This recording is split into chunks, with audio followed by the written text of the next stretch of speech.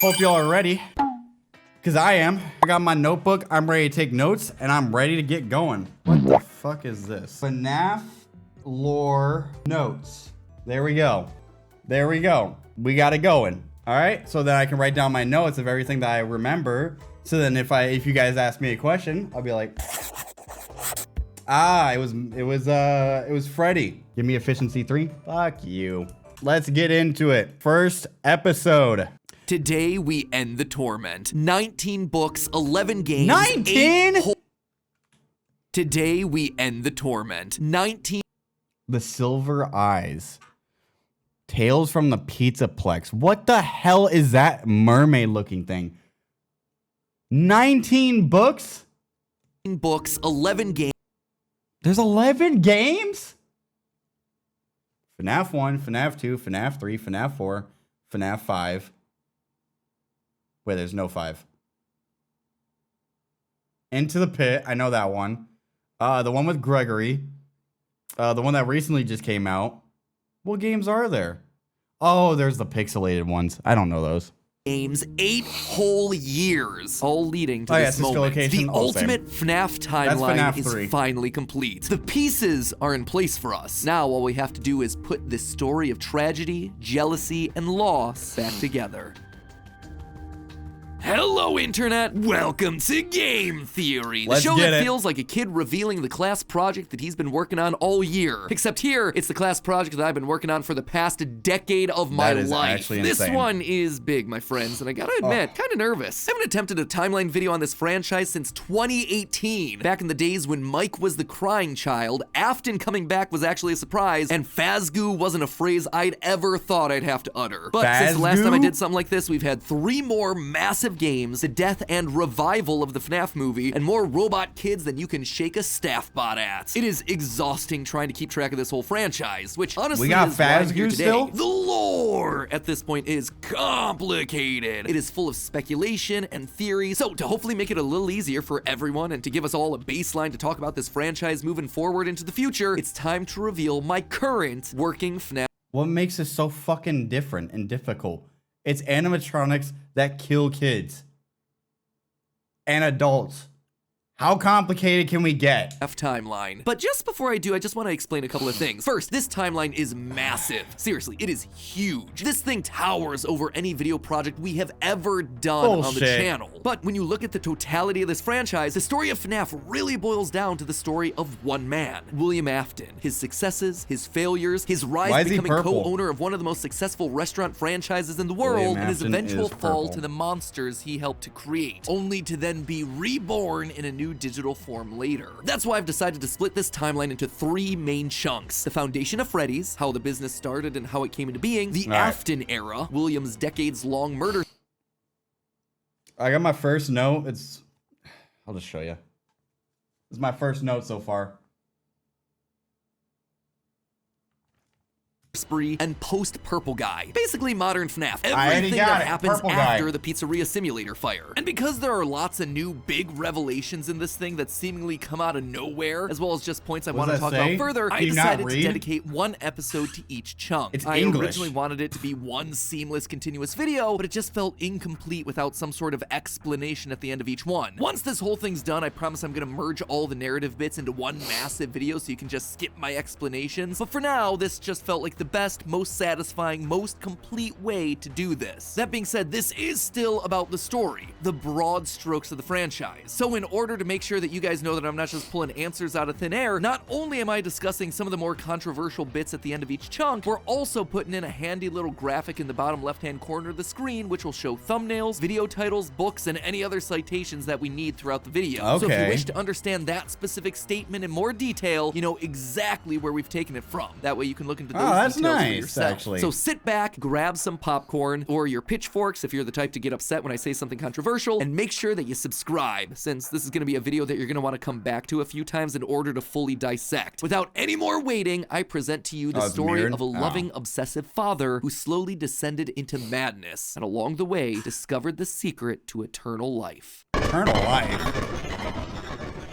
The foundations Our story begins of not Freddy. in the 1980s, or even in the 1970s, but all the way back in the 1930s. Damn. It was the throes of the Great Depression, and people were in desperate need of cheap entertainment, especially in Utah, one of the states hit hardest, fourth highest unemployment in the nation and full of transients. People looking for work in Salt Lake, finding none, and ultimately moving on to find their fortunes out in California. People were tired and they were hungry, but as they traveled, there was one thing that could lift their spirits. A simple roadside attraction called Fredbear's Singin' Show. The ads were plastered all over town, featuring an animated bear drawn in the popular pie-eyed cartoon style for characters at the time. He resembled cartoons like Mickey Mouse, Felix the Cat, Betty Boop. It immediately said that this, Fredbear's, was a place where you could bring the family. And the price, honestly, couldn't be beat. For 50 cents, you could get food and Wait, what does that say? $9 today's entertainment age? as you watch the local trained real-life dancing bear perform on stage. Wait, normally, so Freddy was an actual bear? You only got to see dancing bears at large traveling circuses like Barnum and Bailey, where the tickets would go for about $1. That's $1 without food. But this was a smaller show, like the type from the Vaughn brothers or the Robbins brothers, where tickets would sell for just a mere 50 cents. Watching that bear do tricks on stage brought a glimmer of joy at a time when so much was wrong with the world. Got that written down. The show would go on for years, bringing happiness to hundreds of travelers passing through looking for a quick meal. But it left a permanent impression on one little boy, capturing his imagination in a way that nothing else had. One little boy named Billy. That was his nickname at least, but his parents like to call him William. William Afton. The bear could dance, could sing. Why is he purple? For decades, William dreamed of recreating that moment of bringing a musical bear to life, but how? William was smart, without a doubt, and he had a keen mind for business, but he wasn't the most creative. How did he make his singing dancing bear come to life? 1932.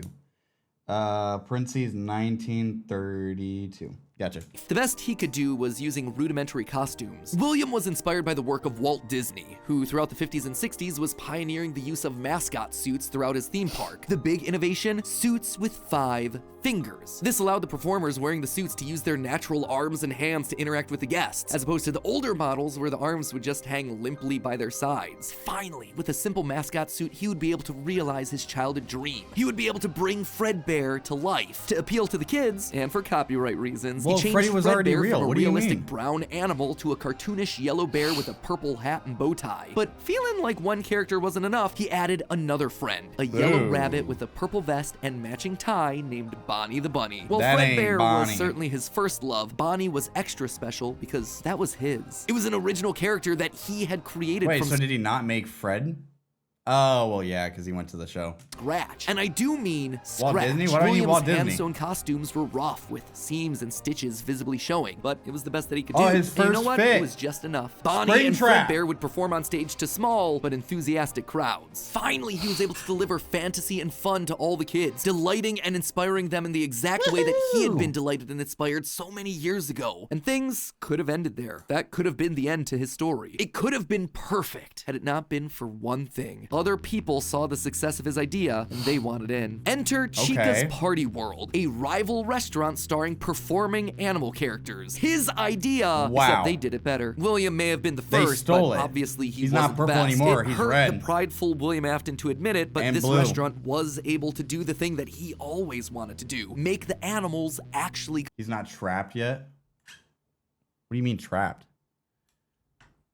That's Arrow in the audience. Which one? Come to life. All of the performers in this restaurant were robots. You call me a metal bald skeletons kid? that were powered by battery packs, but all of them able to freely turn and talk and dance on their own, no human required. It was like magic. Magic that came from the mind of a brilliant creator named Henry Emily. Skeet! I know that one. All right, Henry Emily Arch Rival. Gotcha. This Henry, in some small way, had been able to harness the power of life itself. Afton admired him. He was jealous, to be sure. Also made the animatronics first. Sure, but he also looked upon this man with awe. Off to one side of Chica's Party World was a small cabaret stage featuring an elephant magician. On the other, a hippo known to ramble on and on. That one was more of a joke for the parents, but it was the main stage that was for the kids. A rocking band of characters featuring a yellow chicken thing with a southern drawl named... Wait, what does it say? Editor's note, Withered Chica was the original stage performer. However, an undamaged render does not exist. Damn it! With a southern drawl named Chica, backed by a band of other country-themed characters, including a pig with a banjo, an upbeat frog from the local swimming hole, and a brown bear with a... Oh, that's, the alligator, what's his name? Alligator Dave? No. Gator something. He's in the one game. Gregory, that one. Heavy southern accent. Wait, a bear? But bears were his animals. Why not a cow or a horse? Something to fit the country theme a bit better. Why'd it have to be a bear? And adding insult to injury, they had the nerve to call this thing Ned Bear. You gotta write it down about Spring Bonnie. Spring Bonnie's not a thing yet, bro. It's just Bonnie the bunny right now. Copy of his own Fredbear. Whoops, that's gonna leave a mark. No, that was not okay. Afton's jealous admiration turned to hardened bitterness. A bitterness that would only grow over the next couple of years as families continued to choose Chica's party world over Fredbear's. Oh, so I don't lose anything. Afton jealous of, what was his name? Henry. Okay. William just couldn't compete with the appeal of the robots. Eventually, his restaurant would go bankrupt, only to get bailed out by, of course, Henry Emily. Another insult, another humiliation that William wouldn't soon forget. What a trifling ass bitch. Despite being bitter, Afton couldn't deny that what came next was a period of massive success and expansion. With the two franchises now merged into one, it was the best of both worlds. Afton's ideas with Henry's robotic expertise. It's like one of those like what is it, like two of the like Taco Bell and Wendy's like combined into one store. It's like best of both worlds. The two men decided to launch under a new name, Fredbear's Family Diner, a pizza chain that would eventually come to feature a mix of humans in performing suits as well as on-stage animatronics. They decided to stick with Fredbear as the headliner, considering the yellow bear was easily identifiable as a brand and because he was the original performing animal mascot. Afton appreciated that. This new restaurant would also see a mix of characters as the two franchises merged into one, with Pig Patch and Happy Frog performing right alongside Fredbear and Bonnie. And as part of this one big Fredbear family, they even got themselves official merch that were released, ranging from masks to magnets. The crappy Mr. Hippo fridge magnet? I am sorry, Gregory. That said, not all the characters were winners. The reception to some characters was just mediocre, so they faded away into the dumpster, storage units, and retro budget tech stores of lost nostalgia. Only for their chance 190? to step back into the limelight if and when a... What the fuck is that gator's name? Alligator Dave? Fuck, no. He was Gator. He was Gator something. 1979, gotcha. 1979, they merge together. I can't even read my own handwriting. Headliner went Monty, that's what it was. Others, though, would fare much better, like a new pirate fox, as well as a blue guitar-playing variant of the yellow Bonnie Bunny. Ultimately, the franchise would get so big, it would spawn its own cartoon show, Fredbear and Friends. So that's why he likes that's why he's Springtrap. That's why he gets in the fit, because that's his original, and that was his, like, his baby. That was, like, his creation, his first original creation. Ah, it's making sense. Business was booming. It's like, why is it just a yellow Bonnie? Popularity would be so strong that they would be able to support the Fredbear's Family Diner franchise all on their own, while also spinning off a new sister location dedicated to their friends. Sister location. In 1983, Freddy Fazbear's Pizza launched, giving a dedicated home to all this new supporting cast of characters. Okay, so this is game one, correct? This is game one. Bonnie the Blue Bunny, Foxy the Pirate, and of course the headliner, a brown Freddy Fazbear. Business was good, and Afton was happy, mostly. It did bother him that the one original character that he created, the one that he himself played, Golden Bonnie, got passed over for inclusion in that cartoon show. The only character in the roster of regulars to get ignored for the show, but other than that, things were going smoothly. He had himself a wife, 2 sons, a daughter, he had a thriving business, and best of all, he was able to learn the craft of robotics from the man that he both loved and hated, Henry. Together, they were constantly pushing the limits of what these characters could do. Because it was quick and easy, new characters introduced into the roster would be given a simple hand-sewn suit with 5 fingers that any performer could wear. Eventually, Henry would design one of his signature animatronics for that character, utilizing a divided mouth with either a hinged or sliding jaw design. This was the first generation of animatronics. But why stop there? Afton had big ideas. What if the animatronics weren't just locked to the stage, but could freely roam the restaurant and interact with the kids? What if his mascot suits could become animatronics? What if you could use more than just rigid metallic skeletons? Why not experiment with tubes and wires that would give the animatronics fluidity and flexibility while still providing structure? The possibilities for this technology were endless. Afton fell in love with robotics. He fell in love with Freddy. I gotta write that down. Afton fell in love with Freddy. Gotcha. Started with a dream of bringing one simple singing bear to life, but with robots, he had stumbled across the tools that gave him the ability to control life itself. And thanks to Henry, he was practically speedrunning his way to an engineering degree. And while William wouldn't admit it out loud, one other thing that kept pushing him forward was the desire to beat his former rival, to prove himself smarter and more capable, to surpass the man who everyone else considered to be a visionary genius. But pride cometh before the fall, and tragedy was about to strike. Okay, so that brings us to the end of part 1 of the story. That's it? Said, at the end of each of these chunks, I want to break down some of the logical leaps that I made, since the more narrative we got like half the video left. What do you mean that's it? Format doesn't give me much of a chance to justify a lot of the big decisions. And admittedly, there are some large leaps in here. Let's just start off with Fredbear's Singing Show, shall we? We know, based on the retro poster that was hidden in Security Breach, that at least at one point, Fredbear was an actual bear. Okay, and like I have that written down. That narrative segment, dancing bear shows were a real form of entertainment. The only problem is that timing-wise, none of our main characters would be the people in charge of that business in the 30s and a series of pizza restaurants in the 80s without them just being extremely old. Best case.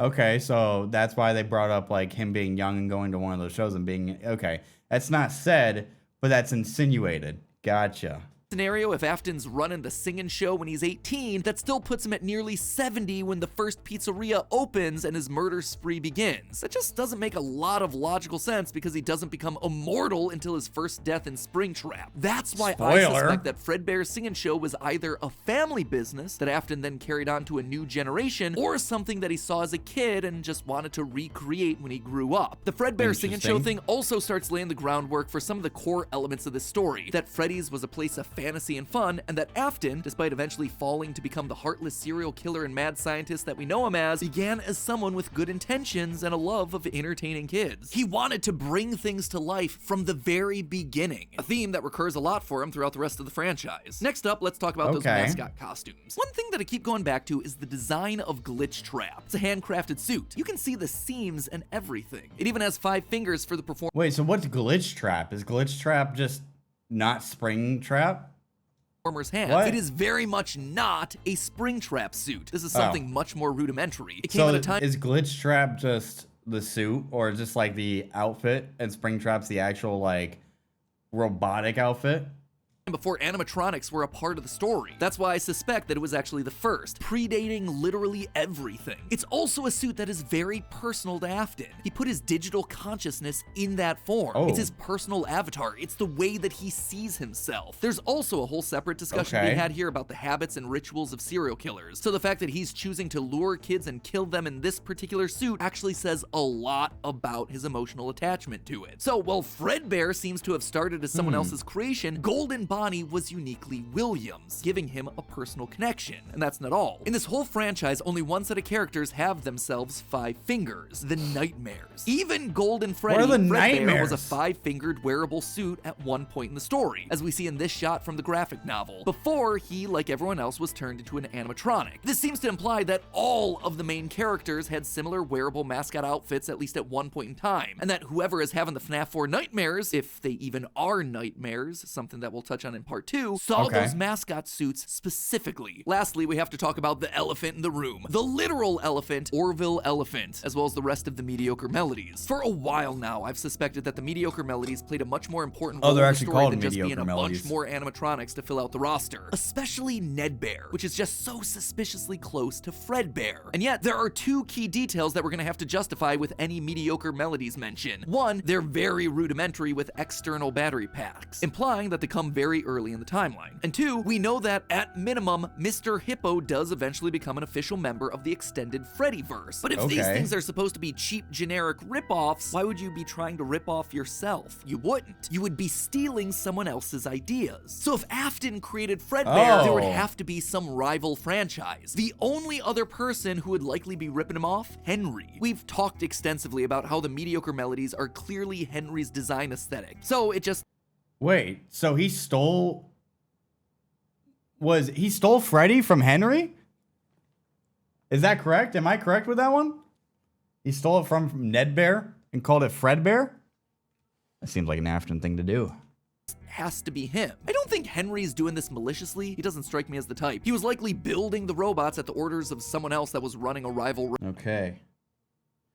Afton stole the idea Freddy from Henry.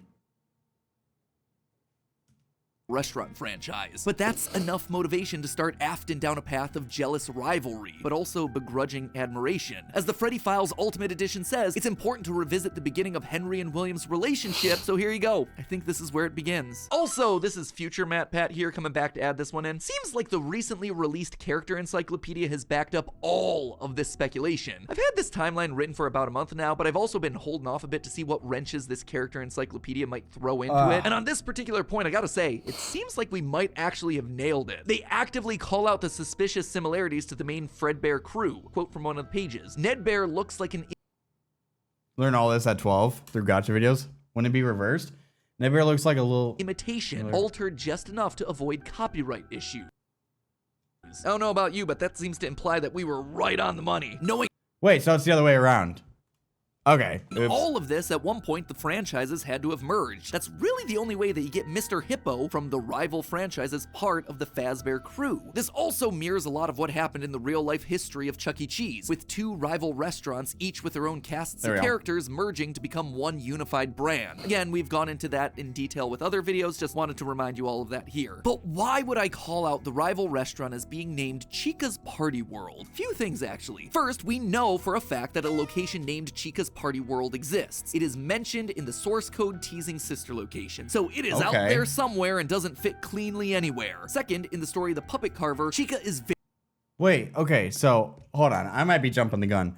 What is, in the first movie, what is the place called? Because in the second movie, what we just saw was Five Nights at Freddy's, right? In the first one, it was Freddy Fazbear's? Right? No, wait. Because there's different locations. So could we potentially see Chica's, was it something party, whatever? There somewhere and doesn't exist. It is Freddy Fazbear's Pizzeria. That was in the movie, the first movie, correct?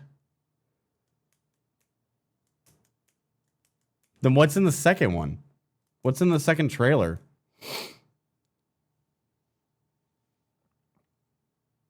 FNAF 2 trailer.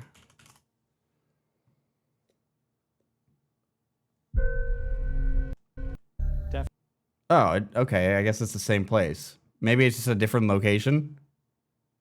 Maybe. I don't know. Okay. It's mentioned in the source code teasing sister location, so I thought we were on somewhere and doesn't fit cleanly anywhere. Second, in the story The Puppet Carver, Chica is very explicit. I want to write that down. Somewhere and doesn't exist. What's it called? Chica's Party World is a place. Chica's Party World is a place.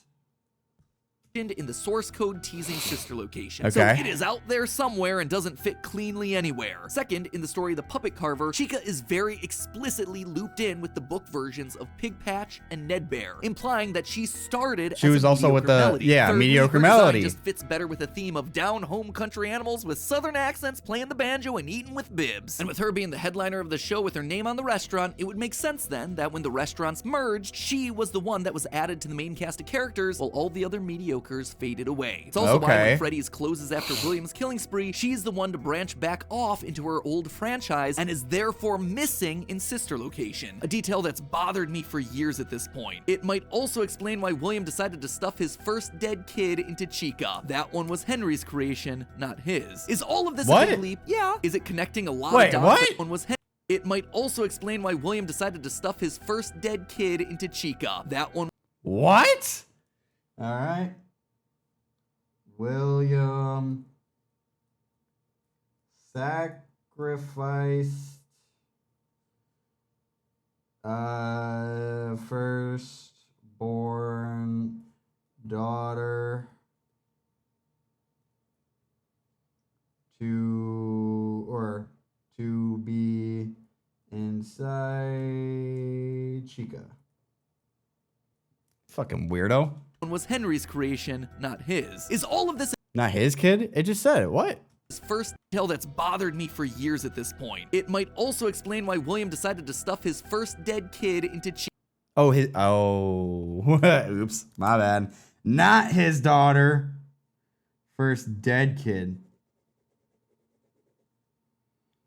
First dead kid. My bad.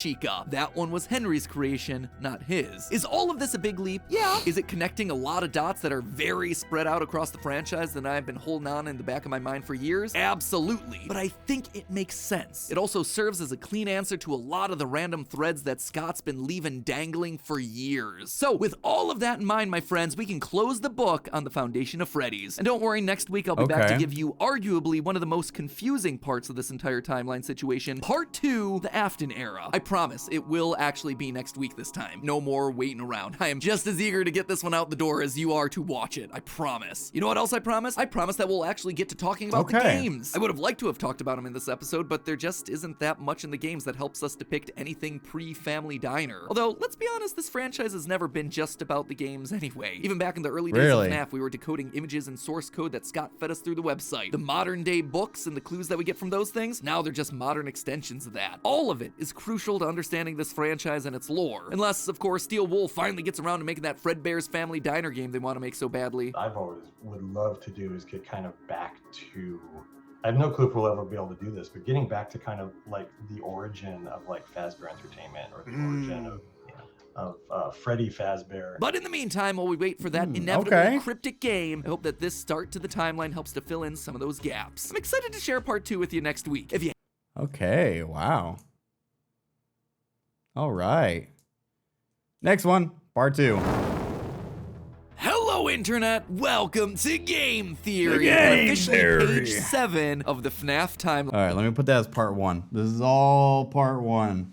Yeah, I just didn't know. Script. Last time we covered the origins of Freddy's. We talked about William Afton's childhood dream project of making a singing bear come to life and the infuriating moment that... All right, you guys want to hear my notes? Too bad, you're going to hear it anyway. William Afton is purple. That's my first note. Freddy was a real bear, 1930. I got that written down. Henry Emily is William Afton's first arch rival and also made the first animatronic. Afton is jealous of Henry. 1979, they merged together. Afton fell in love with Freddy. Was it Freddy or was it Chica? Not Chica. I mean, Bonnie. No. What's the fucking... I don't remember the fucking bunny. The yellow bunny. Hi, JD. Fredbear. He fell in love with Fredbear. Afton stole the idea Freddy from Henry. Wait, it's the other way around. So Henry stole the idea of Freddy from Afton. Chica's party world is a place. William sacrificed his first dead kid to be inside Chica. Bam. You think that's all of it? Think that's good? Springtime Bonnie. The yellow one is Springtime Bonnie, correct? that his dream I thought it was was Glitch copied by a Trap. rival restaurant franchise looking to steal away his success. The merger of the two franchises results in William meeting Henry, a brilliant designer with a knack for robotics. Working together, they make Fredbear's flourish, spawning part two. popular Saturday morning cartoon shows, toy lines, and spin-off restaurants No, you're under dead, the but hello, Fazbear Millie. name. When last we left him, Afton was thriving. The world of robotics opening his eyes to new and exciting Glitch ways Trap of is later?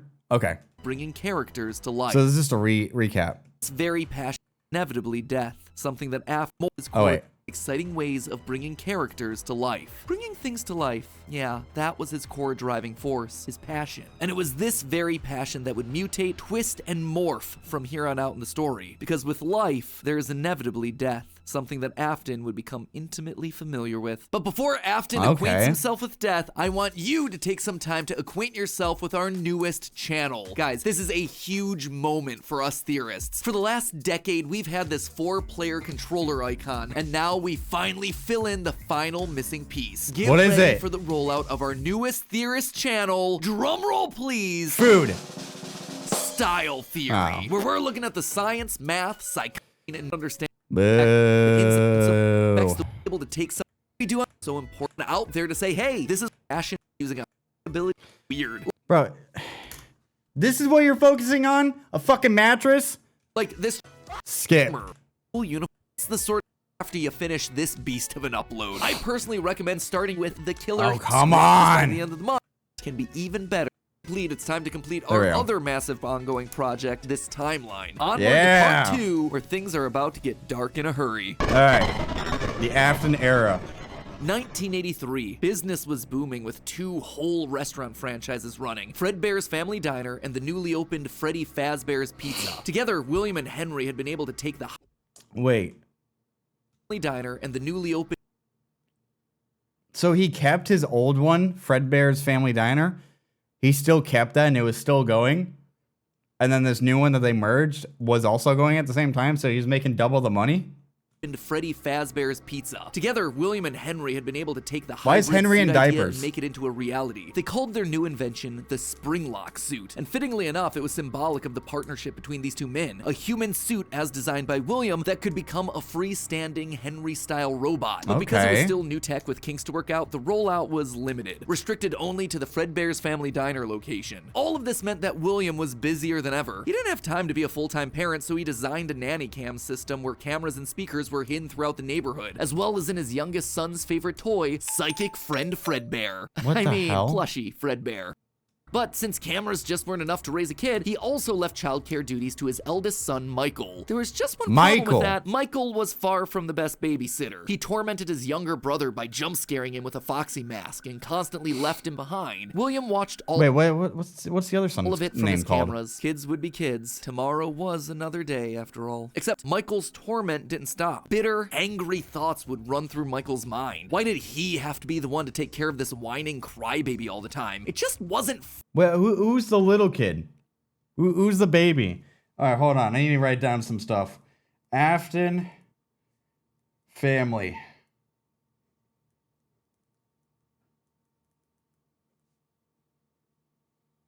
Michael. I can't spell Michael. Michael. What's the kid's name? No, not Lizzie. This little twerp. This crying one. It'll get there? Oh, okay. Fair. It was time that he got even with his brother by playing the ultimate prank. A prank that just so happened to be on this crying child's birthday. He and his friends would take his scared little brother and make him do the one thing that he was terrified of doing, getting close to the animatronics. That would be embarrassing for the kid that was such an embarrassment to him. His brother squirmed, screamed, kicked, and fought, but just as they were putting that small, squirming boy up to Fredbear's lips, the mouth snapped shut. The sensitive spring locks inside the body had been triggered by the boy's movements, and they'd immediately clamped down. Is that the part of 87? The boy went limp, but it was just a prank. It was meant to be funny. The boy was taken to the hospital and was immediately given an IV. Flowers and pills filled the nightstand next to his hospital bed, but the damage was too severe. He couldn't recover. As the younger brother's consciousness began to fade, he could hear Michael's last words, a small and flimsy apology. But his father, Williams, through the voice of the Fredbear plush, were a firm and committed promise. Dude, he didn't even show up to the fucking hospital with his son dying. Are you kidding me? Michael caused the bite of 87 with pranking his little brother and killing him, basically.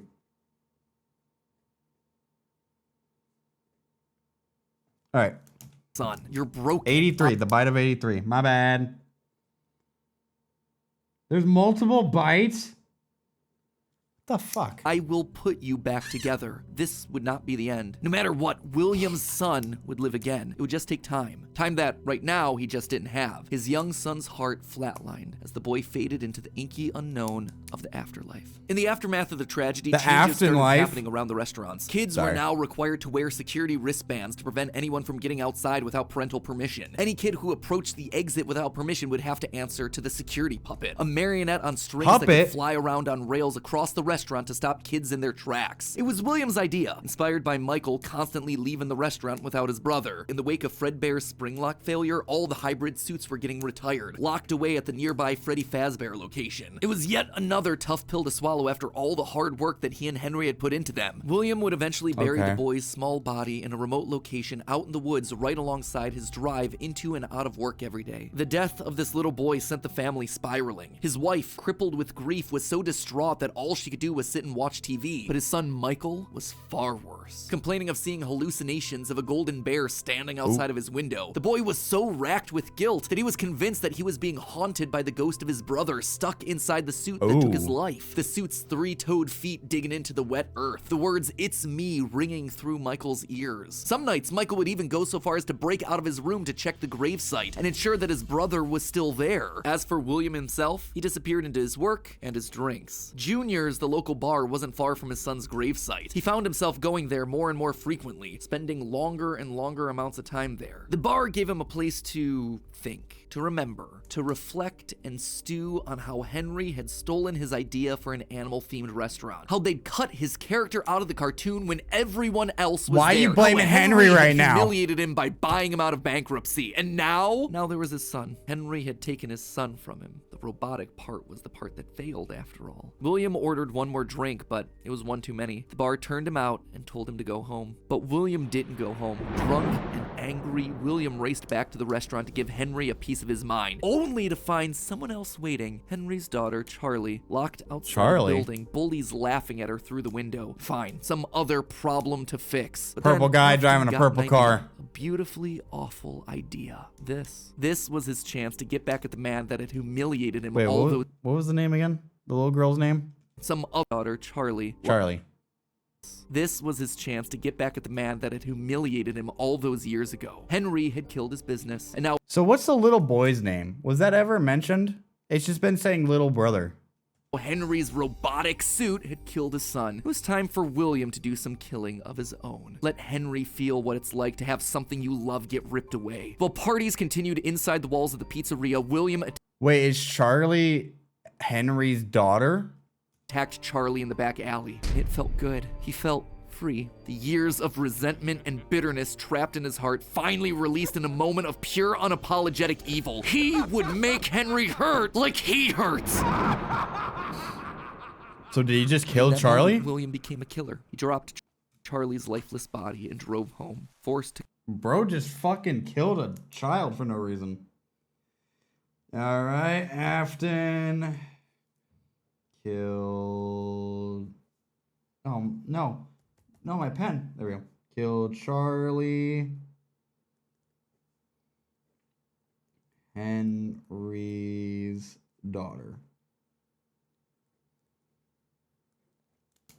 Confront his family problems later that night, appalled but also a little excited by what he had just done. Charlie's death would remain on the books as a random act of violence, and though Henry had suspicions about William, there was no physical evidence, nothing that could link him back to the crime. In the weeks that followed, Fredbear's family diner would close for good. 2 high-profile deaths around the restaurant with 2 grieving owners in such a short period of time was just too much bad press to handle. Besides, Freddy Fazbear's was still open, and it was the newer restaurant anyway. All the equipment from the diner, including the old yellow suits suits and security puppet would get retired to that location, and there they would sit for 2 uneventful years. The rest of 1983 and 1984 were spent quietly grieving. Freddy Fazbear's Pizza and the new cast of characters were a hit. Tragic memories of their yellow predecessors quickly faded. Afton kept a low profile and buried himself in work and research, quickly reaching Henry's level of engineering and even surpassing him. And while Henry slowed down to grieve, Afton kept going, even starting his own company, Afton Robotics, for all those pet projects that were a little bit too experimental for the regular operations of the pizzeria. The first of these experimental projects was a secret workshop under his house, a veritable bunker, which allowed him to work while still monitoring his kids via hidden security cameras. 1983, a passcode that served as a constant reminder. The bite of 83. Of why the cameras were so important, why he was down there in the first place. This was all to fulfill the promise that he had made to his son, right? I will put you back together. This was for him, all for him, right? But cameras weren't enough. He needed to solve the runaway Michael problem. He had to keep him in the house. He couldn't have another one of his kids wind up dead inside of an animatronic suit. So why not run a little experiment on Michael? You see, all this work with Henry had gotten Afton to start learning more about life, robots, the human mind, and what a fallible machine we as humans were. Our reality is so easy to manipulate with a few seconds. So William's just broken and not evil after all? This motherfucker's evil. He clocked his coworker's daughter for no reason. Sensory deceptions like sound. She was already getting bullied and he wanted to fucking make it worse, bro. With just a few sounds, he had discovered that he could alter a person's vision. He could transform blank, smooth plastic robots into lumbering, twisted nightmares. Nightmares far scarier than he could so he's making the nightmare so he doesn't leave the house. They would appear organic, rotting, putrid, terrifying. But like, here's the thing though. Okay, so if this is right, so he made these nightmare versions of the animatronics, so Michael wouldn't leave the place, correct? I'm guessing that's what's gonna be said here. Now, why the fuck is Michael crawling around like a fucking baby this entire game? Because I remember this game. I remember he would crawl on the fucking floor. These would be his means of keeping his son Michael in the house where he belonged. Yeah, okay. Was it extreme? Maybe, but then it was very extreme. All right, Afton.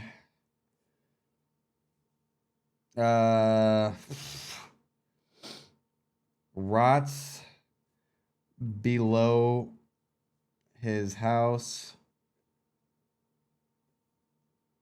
and makes bots to scare his boy. Okay. And again, this was the boy who had killed his son. He would make him sorry. And so Michael would grow up not only dealing with the memories of his own guilt, the hospital room, the pills, the flowers, the death of his brother, but plus gave his son schizophrenia. Also facing literal nightmares, illusions created by sound. Michael would never forget these either. Years later, as a security guard, he would still draw pictures of them inside of his logbook. But all of these extra projects meant that his home life suffered even more. He was an absent father and a non-existent husband, leaving his wife cold and alone. Why do you hide inside your walls? Yeah, I'm not gonna lie.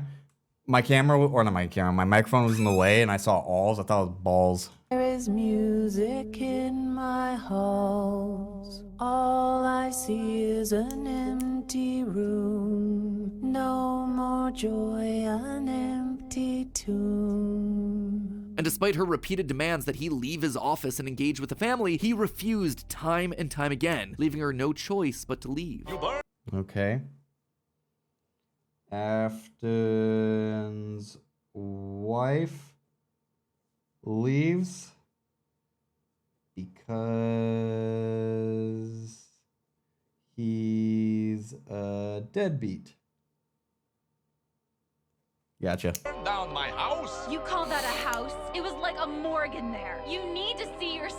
The baby isn't mine. Well, how's that? Blah, blah, blah. I'm keeping the diamond ring. And through it all, there was one lingering feeling. William wasn't done. He had gotten a taste of what it felt like to be unleashed, what it felt like to be free. Charlie's murder had unlocked something in him, and he wanted more. June 26th, 1985. Putting on the golden Bonnie suit, he lured children one by one to the back room of the pizzeria when no one was looking. At first, he was cautious. He would lure them with promises promises of cake and cookies. He told them that their dog had died. He would ask for help with...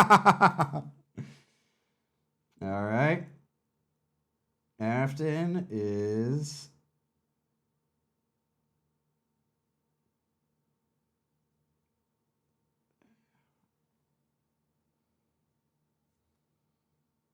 I was gonna say pedophile, but he's not really a pedophile. He's a killer, but Afton is lured children to kill them. Kid, your dog died. Come here. Homework. Susie was the first. You never truly forget your first. I was the first. I have seen everything. But where to hide the bodies? He couldn't sneak out. Someone would see him. He had to hide them in a place where they'd never be found. In where the never leave animatronics. the building. They had to be stuffed inside of the suits. No one maintained those things anyway except for him. And so Susie would go into Chica. Fritz, Jeremy, and Gabriel would... Hold on. Me? What? Hold on. And put them in the bots. Okay. All right. Let me write down all the names. So who's in who? Who's in who? Who did he put? He put Charlie and Chica, right? Building. They had to be stuffed inside of the suits. No one maintained those things anyway except for him. And so Susie would go into Chica. Susie's in Chica. Okay. Susie, Chica. Fritz, Jeremy, and Gabriel would come. Fritz.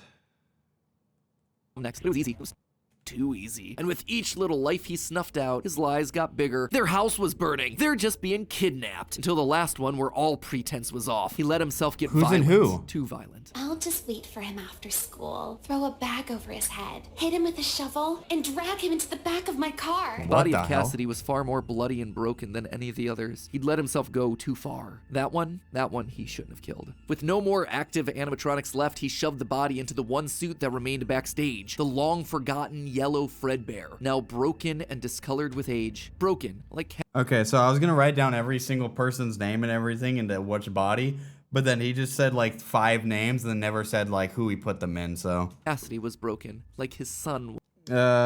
Fritz... What is it? Fritz, something, and Gabriel. Oh, into Chica. Fritz, Jeremy, and Gabriel would... Jeremy. Gabriel.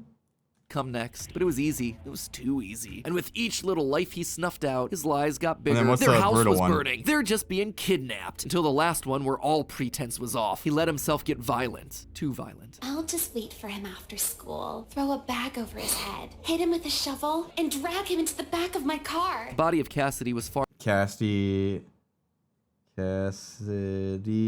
was brutal. Gotcha. Far more bloody and broken than any of the others. He'd let himself go too far. That one says hello. Killed. With no more active animatronics left, he shoved the body into the one suit that remained backstage. The long-forgotten yellow Fredbear, now broken and discolored. Cassidy, and then into Golden Freddy. With age, broken, like Cassidy was broken, like his son was broken. Newspapers reported on this disappearance. They are all broken.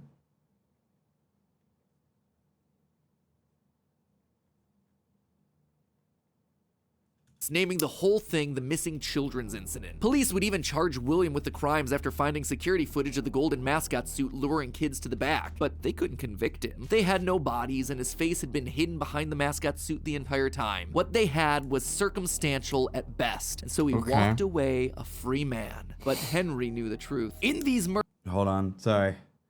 Afton suspected but never caught. I can barely even read my own handwriting. Murders, he saw his daughter Charlie all over again. So he threw Afton out of the company and shuttered the doors to the old pizzeria. Henry would keep the franchise quiet for 2 years. This would not happen again. This could not happen again. How could he protect the kids? Finally, he developed a solution. Okay. Henry kicks out Afton. Would implement an even more extreme I security gotta flip system the page, bro. Look at all the notes I have here, bro. Gotta work on page 2 now. Of new animatronics, toy animatronics, inspired by the toys that they had been selling years ago. But these guys... Oh, okay. Henry then makes toy versions to be more safer with children. Gotcha.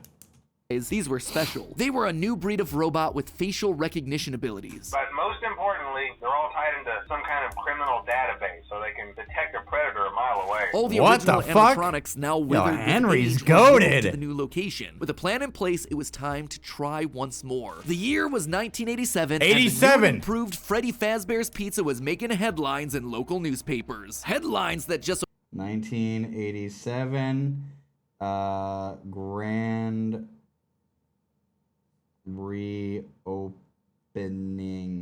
so happened to catch the attention of William Afton. Freddy's was back, and without him, that was his idea, his character. Henry was, yet again, trying to cut him out of the picture. No, as long as these restaurants stayed open, William would always come back. Then he noticed the phone number to he said the thing! To apply at the bottom of the article. $100 a week to apply call. Afton would go back, not as an owner or co-founder. He would go back in the one place that they would least suspect him, a lowly day shift security guard. He snuck in.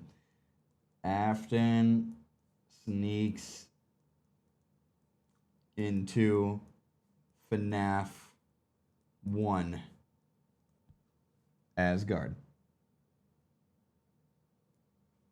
And there it was, buried in the back of parts and services, mixed in with the old withered animatronics Hi, Ma. with the golden rabbits. With Good the yellow night. security badge still on his chest, he used his crank to pull open the spring locks. It was time for Bonnie to give an encore performance. Someone used one of the suits. We had a spare in the back, a yellow one. Someone used it. Now none of them are acting right. From what I understand, the building is on lockdown. No one is allowed in or out, especially concerning any previous employees. When we get it all sorted out, we may move you to the day shift. A position just became available. 1987, Interesting. 5 more kids. He didn't know Damn. what felt better, getting back into the suit after 2 long years of waiting, or knowing how devastating. Mossy May gifted a sub to Battle Biking. Mai, thank you so much for giving us something to bat. Mai, thank you. I appreciate that. As a good night gift, there you go. Thank you. I appreciate it. Thank you, Mai.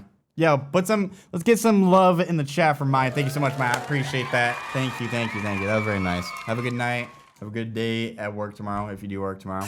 And yeah, all right. Mai. Afton clocks 5 more kids.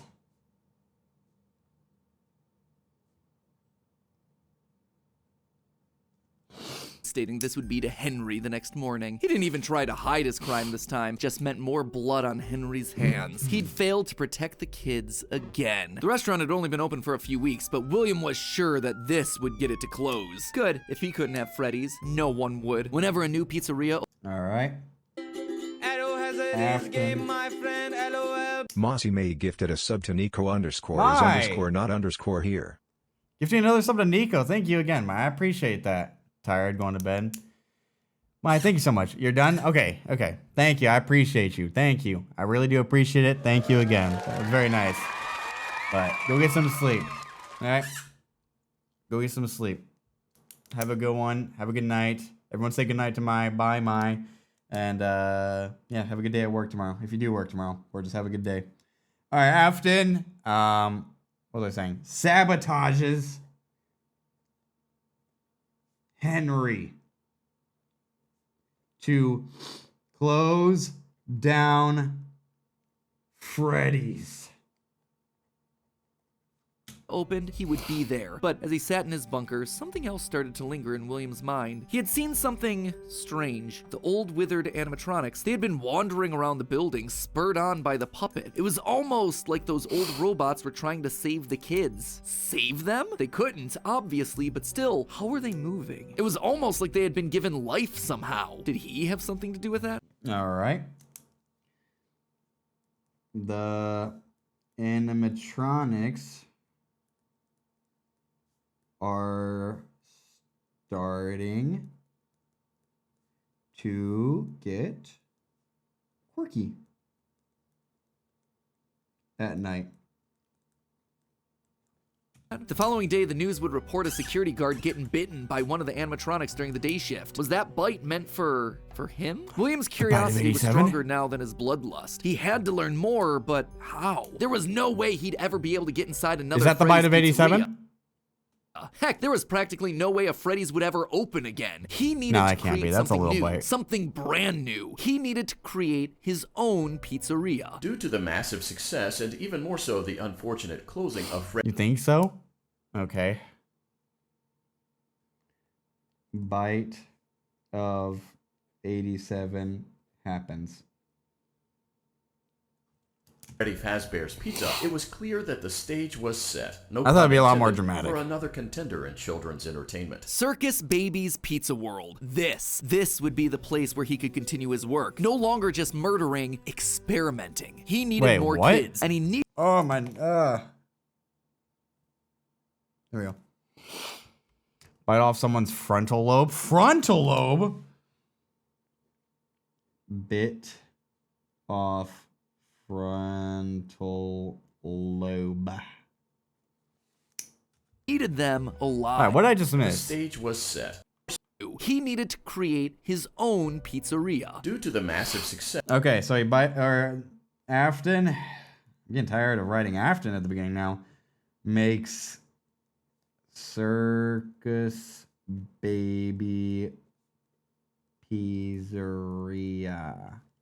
And even more so the unfortunate closing of Freddy Fazbear's Pizza, it was clear that the stage was set, no pun intended, for another contender in children's entertainment. Circus Baby's Pizza World. This would be the place where he could continue his work. No longer just murdering, experimenting. He needed William more or Will? Listen, I don't know the motherfucker, all right? I'm not gonna say William or Will. I don't know him.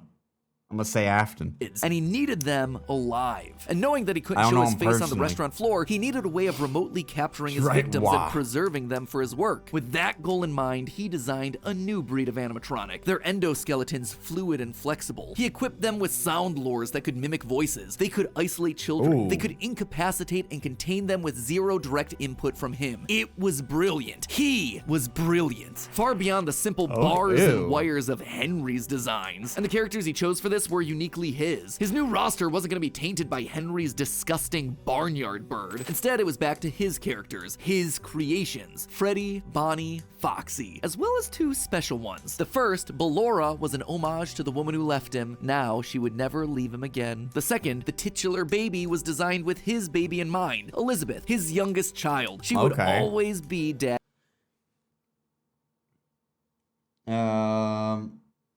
So Freddy. Who are the three? Freddy, Bonnie, and Foxy? Bonnie, Foxy, make a comeback.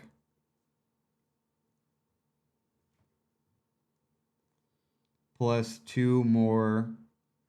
What was it? Ballerina? Homage, Bonnie, Foxy, as well as two special ones. The first, Ballora, was an...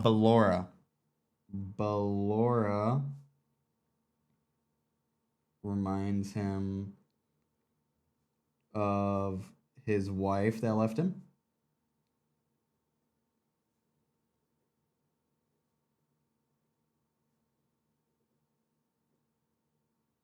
And then, was it Balloony? To the woman who left him. Now she would never leave him again. The second, the titular baby, was designed with his baby in mind, Elizabeth, his young... Is it just called baby or titular baby? Youngest child. She would always be daddy. Baby? Okay. Baby. What's the child? Elizabeth? Designed with his baby in mind. Elizabeth. Elizabeth. Okay. His youngest child. She would always be Daddy's little girl, the one that listened to him, the one that obeyed until the day that she didn't. Daddy, why won't you let me play with her? Why the fuck does Elizabeth have a UK accent? She's so pretty and shiny. Didn't you make her just for me? The day before Circus Baby's Pizza World opened, she disobeyed. She didn't listen. Left alone with Baby, she got too close. The animatronic ripped in half and swallowed her whole. A scared and confused child fading into eternal darkness. By the time Afton found her, Baby clocks Elizabeth on site. it was too late. She was gone. He immediately canceled the launch of Circus Babies under the guise of a gas leak. But wait, as he sat there at the foot of the stage, he noticed that something was different. The eye color of the robot had changed. Baby had been built with blue eyes, but now they were emerald green. The same I ain't got anything to drink. color as Elizabeth's. Was she in there? Could this all be connected to the free-moving animatronics that he had seen at Freddy's? He had to know more. His mourning turned to excitement. He had to return to where it all started. 1993. 1993. This place was pathetic. Henry had clearly tried to reopen one final time with those old original animatronics from so long ago, but William's damage to the brand had been permanent. These things stank of death. They hadn't been washed in decades. But even if they had, nothing could wash away the stink of murder that haunted these halls. One night, then Spray another, the halls then with the another. hose. William repeatedly snuck into the old broken restaurant to lure the living animatronics to him, one by one dismantling them. Oh. Wait, so when was this? Place was 1993? to where it all started. 1993. So 1993. Freddy's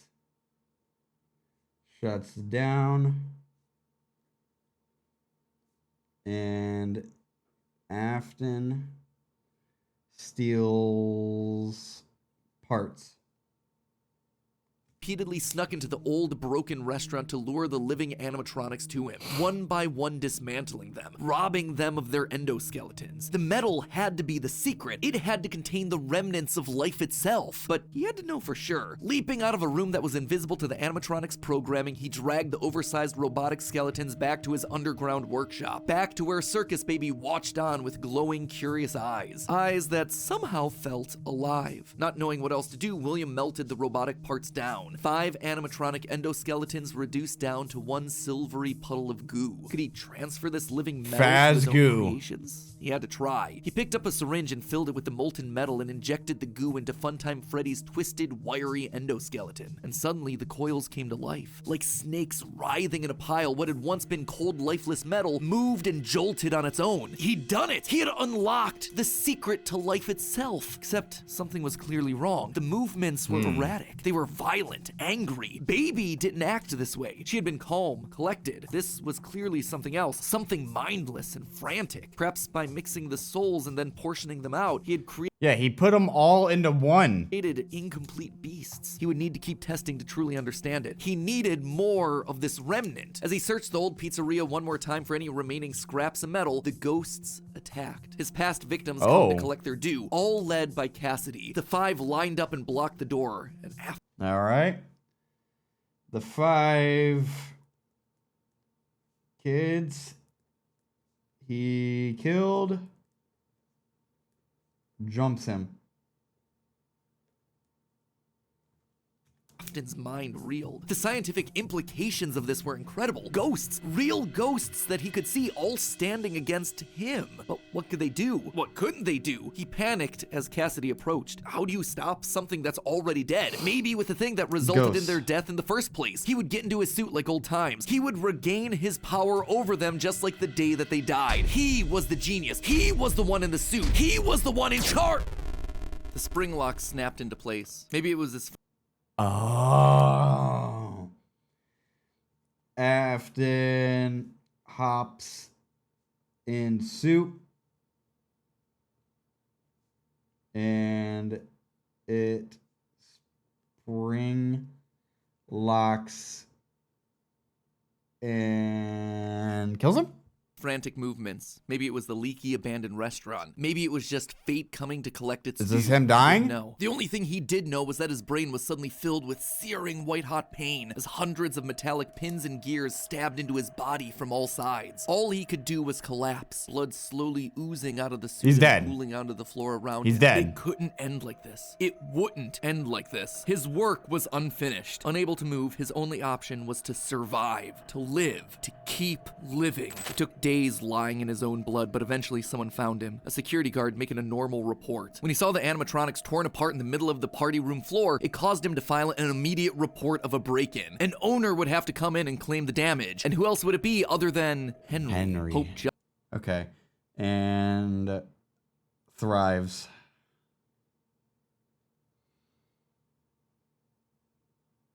Jumped in Afton's heart. Henry would see him. They were partners after all. He would be the one to help save him, to get him out of this suit, to relieve him from this tremendous pain. Henry entered the secret room. His eyes fell on Afton sitting there in the pool of red, and Henry, saying nothing, turned and walked away. This is just to inform all employees that due to budget restrictions, Damn. Henry leaves Afton previously mentioned safe rooms are in the being suit. sealed at most locations, including this one. Nothing is being taken out beforehand, so if you left anything inside, then it's your own fault. Management also requests that this room not be mentioned to family, friends, or insurance representatives. And so there Afton would sit, hanging on for 30 years, trapped. 30 years? Oh my God. Afton sits in the suit for 30 years. Gotcha. Wow.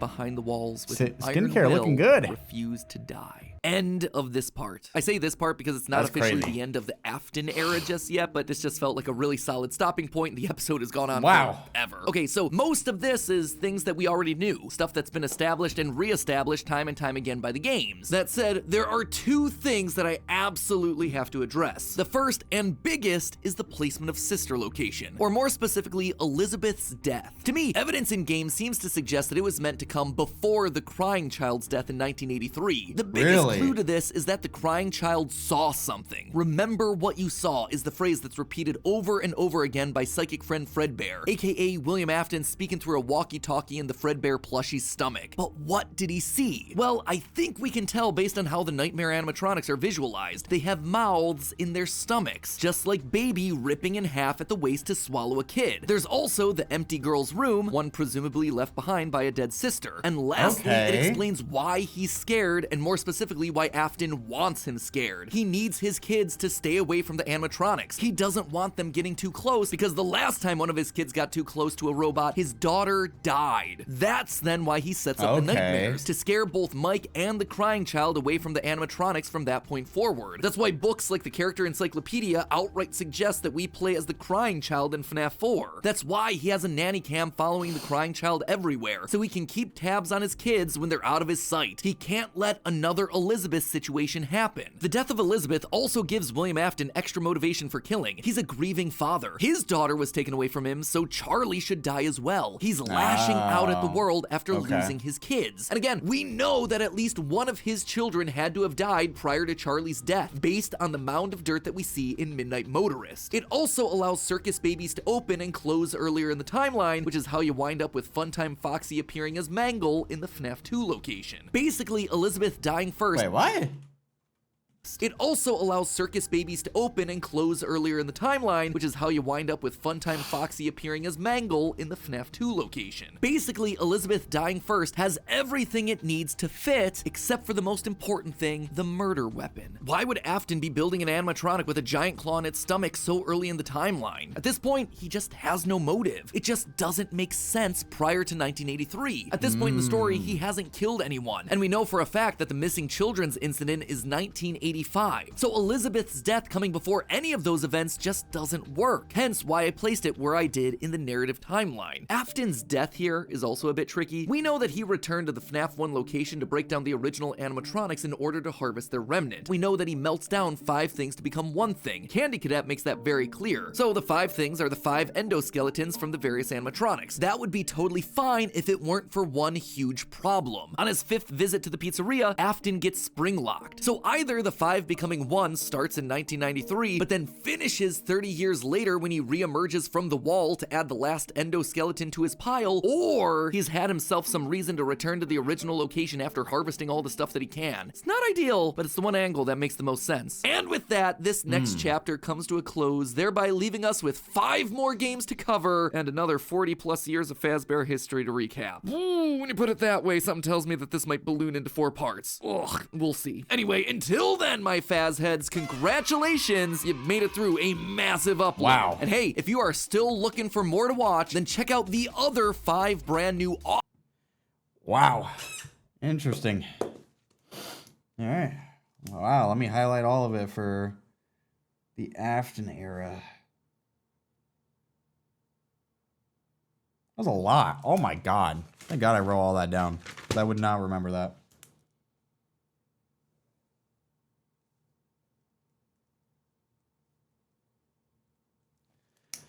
All right, what I write down, let me read it out.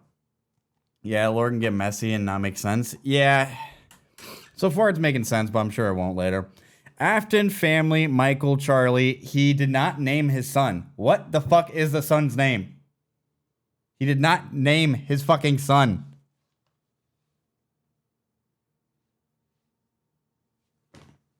Crying Child? He named his son Crying Child? Alright, Crying Child. What a... Man, I'd cry too with such a bummy ass fucking name. Afton family, Michael, Charlie, Crying Child, and I guess his wife. Michael caused the bite of 83 with pranking his little brother and killing him. Afton killed Charlie, Henry's daughter. Afton rots below his house and makes bots to scare his boy, plus gave his son schizophrenia. Afton's wife leaves him because he's a deadbeat. Afton lured children to kill them and put them in the bots, or animatronics. Susie's and Chica, Fritz, Jeremy, and Gabriel dead. Cassidy was brutal, and she got put into Golden Freddy, and they're all broken. Afton suspected but never caught by the police. Henry kicks out Afton. Henry then makes toy versions to be more safe with children. 1987, grand reopening of Freddy's. Afton sneaks into FNAF 1 as guard. Afton clocks 5 more children. Afton sabotages Henry to close down Freddy's. The animatronics are starting to get quirky at night by walking around and shit. Bite of 87 happens. They bit off the frontal lobe, I guess. Afton makes Circus Baby Pizzeria. Freddy, Bonnie, Foxy make a comeback, and 2 more. Ballora is made that reminds him of his wife that left him. And then Baby is Elizabeth. Circus Baby clocks Elizabeth on site. 1993, Freddy shuts down and Afton steals parts. The 5 kids he killed jumps him and they're ghosts. Afton hops in the suit and in his spring locks, and he sits there for years, or thrives. Henry leaves Afton in the suit, and Afton sits there for 30 years. That's what I got so far.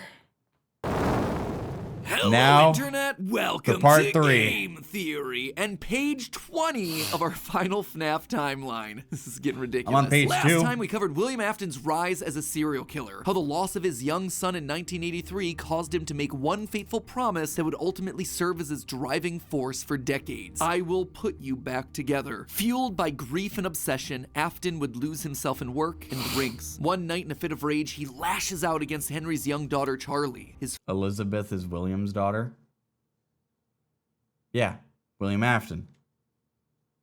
first murder. This moment becomes the first domino to fall in a long sequence of events that ultimately destroys William's life and the lives of those around him. That one murder gives Afton a taste for blood, resulting in the deaths of 10 more children across 2 different pizzerias. Those children go on to possess animatronics, giving Afton his first exposure to Remnant and the potential solution for bringing his son back to life. The need to learn more about this miraculous power leads him to produce the Funtime animatronics, as well as their capture devices, robots designed to bring kids to him for experimentation and collection of more Remnant. Except there was one thing that he didn't account for: his daughter's curiosity. He made the robots too appealing, and it would cost him Elizabeth's life. Now with 2 children to put back together, Afton was more desperate and crazed than ever, returning to defunct pizzerias to steal the possessed metal still living inside their walls. What he didn't account for, though, were the ghosts, forcing him to pay for the sins of his past. When last we left him, William was spring-locked, bleeding to death behind a secret wall. Gone, but certainly not forgotten, as we're about to see in today's video. Today, we're finishing up chapter 2 of our story, wrapping it's not even up done the yet? Afton era. Over the next 6 pages, we switch our focus to the other main character of the franchise, Mike, a young boy dealing with the fallout of a stupid childhood decision with tragic consequences. A young man whose life is best described as collateral damage, caught in the blast radius of William's whirlwind of destruction. Now, before we begin, let me just rip off the band-aid now. We won't be finishing the timeline today. I know. I'm sorry, I wanted to, but covering FNAF VR, AR, and Security Breach wound up— What the fuck is FNAF AR? Taken me an additional 9 pages of script, and I've already made you wait long enough for this part, so I just had to make the executive call to break this one up into 2. Don't worry, that part is already written, it is already recorded, it is just in the process of being edited. It is a hefty episode, so mark it on your calendar. That one's actually going to be going live on March 25th. It's also coming complete with a live talk back where we go back over everything from the past couple episodes, as well as having ourselves some very special guests. So overall, that one should be a lot of fun. Fair warning though, the conclusions we've reached that solve Security Breach, they are controversial. I feel good about them. Like, I think that we've locked in on a lot of the answers here, but they're gonna raise a lot of discussion. Let's just say that you're either gonna love that episode or hate it. I don't really think there's gonna be much in between on that one. Anyway, without any further ado, let's cover a chunk of the timeline that's a lot less controversial. Let's meet Mike. William still wasn't back. Weird. Michael knew his father sometimes traveled for work, disappearing for days on end, but usually there was some sort of notice, a phone call, a post-it, something. It's not like Michael and his father were close, far from it. But as a household of 2 suffering men coping with years of tragedy and loss, there was at least some element of communication between the 2 of them. They were united by a name and a shared pain. This time though, things felt different. William had left nothing. His absence was longer. There were no check-ins, no updates, just silence. Something had happened. If there was one thing Michael knew about his father, it was that he had contingencies, safety checks, backup plans. His father was a careful and guarded man. He held his cards close to his chest, and as such, William had prepared him in the event that something like this ever happened. Normally, his father kept his home office locked, but in the event of an unexpected, prolonged absence, Michael had been instructed to enter his father's office and look behind an empty set of shelves mounted in the corner of the room. Rolling his eyes, Michael entered the office. Never fully understood. Sorry, I gotta write this down. Afton been AWOL. So Michael gets sus. How William was able to spend so many hours of his days locked up in here. There was just nothing to do. Most of this place was empty. He dragged himself over to the shelf in the corner, expecting to find an emergency contact list, a family safety deposit box. But what he actually found there was completely unexpected. Father, it's me, Michael. I did it. I found it. It was right where you said it would be. The shelf swung open and revealed a giant industrial elevator, one that led straight down into an underground bunker. But that was impossible. Hidden inside his childhood home was a secret entrance to an enormous underground science lair? It didn't make any sense. Seriously. Michael finds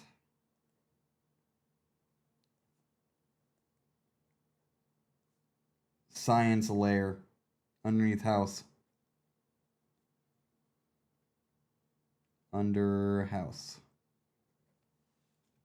It didn't make any sense. And yet, here it was, mapped directly underneath the floor plan of the house that he'd grown up in, lost his brother in, been tortured in. Michael thought that he'd known his father, a prideful, sad, angry man with petty, everyday problems, but clearly he'd been living with a stranger this entire time. His father had secrets. Suddenly, the days of William being locked inside of his office made sense. He'd been here the entire time. Where was here, though? Was this Circus Baby's entertainment and rentals? The Circus Baby restaurant always did seem to be a deeply personal project for Father, a failure of his that cut unusually deep, especially after that first location had to be closed prematurely due to the gas leaks. After that day, Father really did seem to change, to lose himself even more in his work. Clearly, the entrance he had found was some sort of secret back way into the facility, one that required crawling through vents to navigate. His father had been working here, but in secret. Why? And that's when he found her. At the end of the facility, Circus Baby, his father's pride and joy. Except something was different about her. She wasn't like the others. The way she talked, the stories she told. This wasn't just a robot. She was alive. It was somehow. Elizabeth. And not only was she alive, she also felt familiar. There is something bad inside of me. I'm broken. I can't be fixed. Will you help me? Was this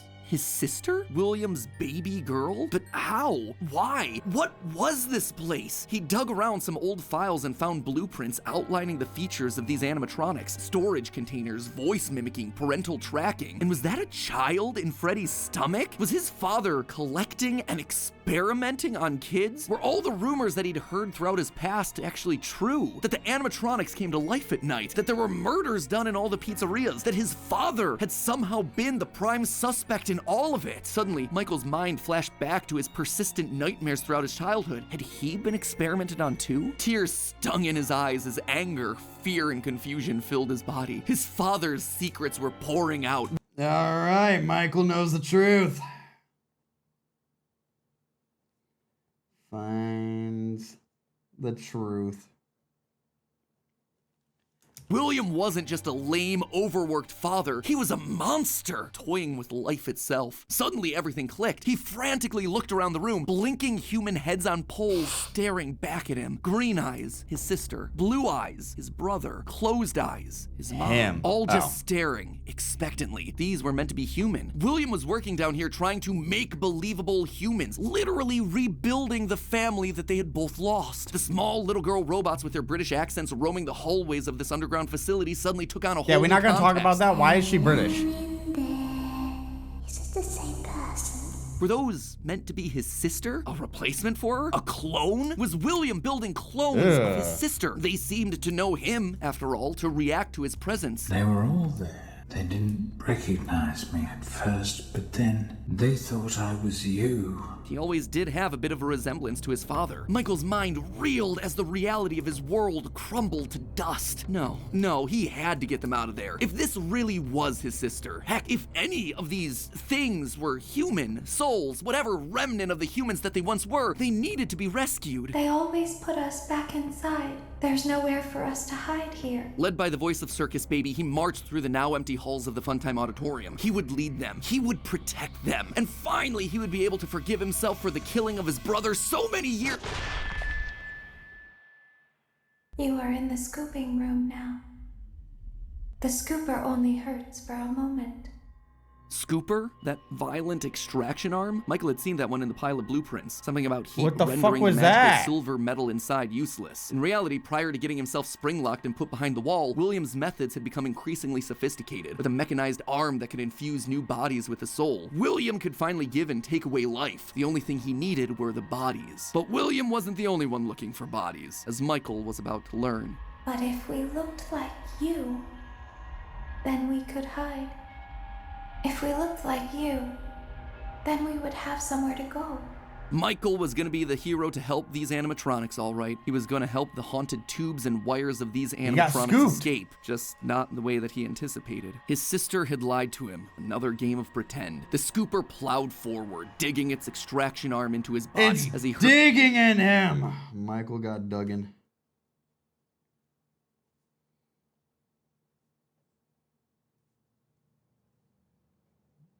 By the scooper. Sounds like a fucking superhero.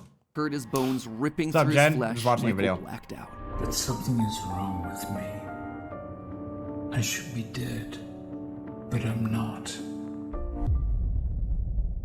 He's purple guy. For the next several months, Michael's life was not his own. He was forced to comply with the tangle of wires and spirits that lived inside of him. His body felt like an overfilled balloon begging to burst as day by day, week by week, his flesh began to sag and discolor. He was a walking, talking, rotting corpse, alive, but wishing he wasn't. He was a puppet, a walking shell. And while he did his best to conceal his fate, there was only so much a man everyone's just like, what the fuck? Filled with robot spaghetti could do. The entity in his innards would eventually leave, but by that point, the damage had been done. His decaying flesh stank, turning him into a living purple guy. But still, even with no bones, even with rotting purple flesh and begging to die, Michael continued to live. That silvery metal remnant injected by the scooper meant that he couldn't die. His anger also refused to. All right, I guess Michael got filled.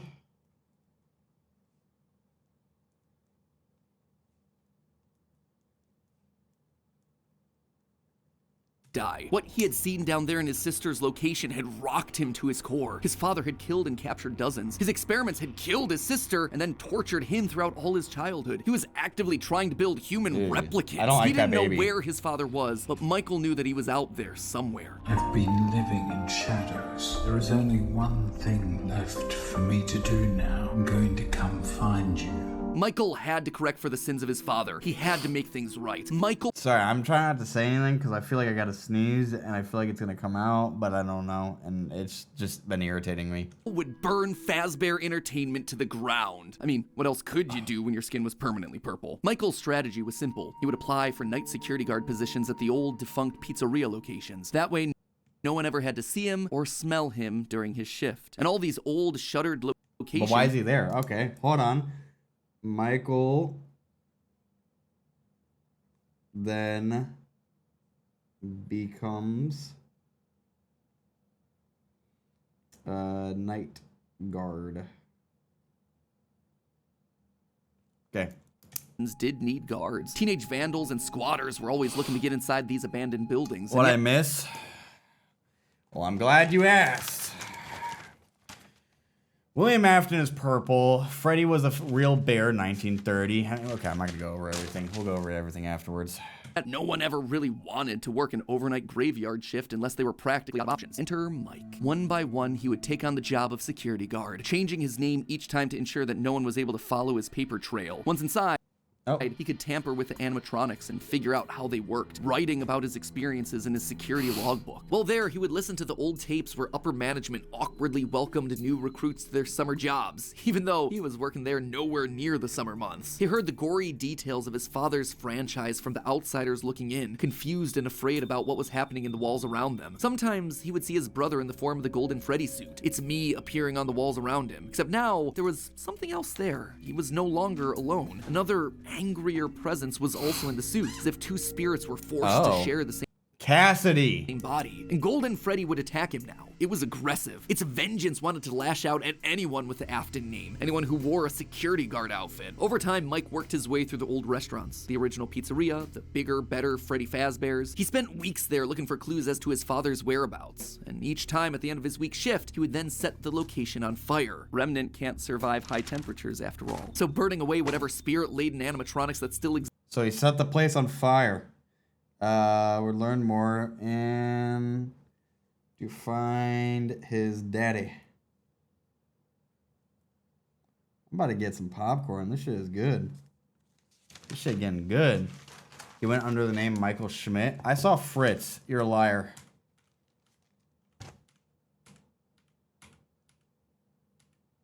Oh. Wait, was I going too far ahead? Once inside. Oh, I didn't. Yeah, never mind. You're not a liar. That's embarrassing. I just saw Michael Schmidt. With the animatronic. Listen to the old. He was working there nowhere near the summer months. He heard the gory details of his father's. Sometimes. Nah, that's my bad. That's my bad. Wanted to lash out at. old restaurants, the original pizzeria, the bigger, better Freddy Fazbear's. He spent weeks there looking for clues as to his father's whereabouts, and each time at the end of his week shift, he would then set the location on fire. Remnant can't survive high temperatures after all. So burning away whatever spirit-laden animatronics that still existed inside seemed like a winning strategy. All this revisiting of his past, though, was causing the nightmares to begin again. Hallucinations that brought him back to his childhood. The guilt around killing his brother. His dreams were oddly mixed with the shrill phone calls of the security guards, but it would all be worth it in the end. The goal was to eventually stumble across the one location, the one job that would finally reunite him with his father. Little did Mike know that that day would come sooner than he expected. 2023, an advertisement came across... 2023? Damn, we're jumping. 2023. Mike's TV. Fazbear Frights, a new horror attraction inspired by the awful crimes that occurred around Freddy Fazbear's Pizza so many years ago. It made Mike sick. People looking to make a quick buck off the tragedy of others, off his own family. This wasn't a joke or entertainment. Regardless, he had to be a part of it. If this team was combing through his family's history, they might stumble across something that could be useful. And if his father was truly still alive as he suspected, there would be no way that he wouldn't show up here. Maybe finally this could be the final chapter in his family's marathon of tragedy. Mike applied for the job and was immediately handed the keys. Years of doing this had taught him that security guards rarely receive thorough security checks. They also liked how creepy Mike looked. They thought it was a costume, on theme for the job. What little they knew. Hey, glad you came back for another night.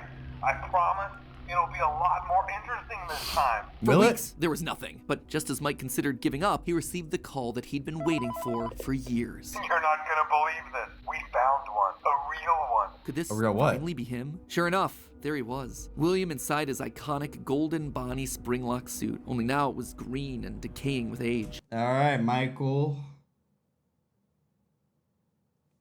finds Afton.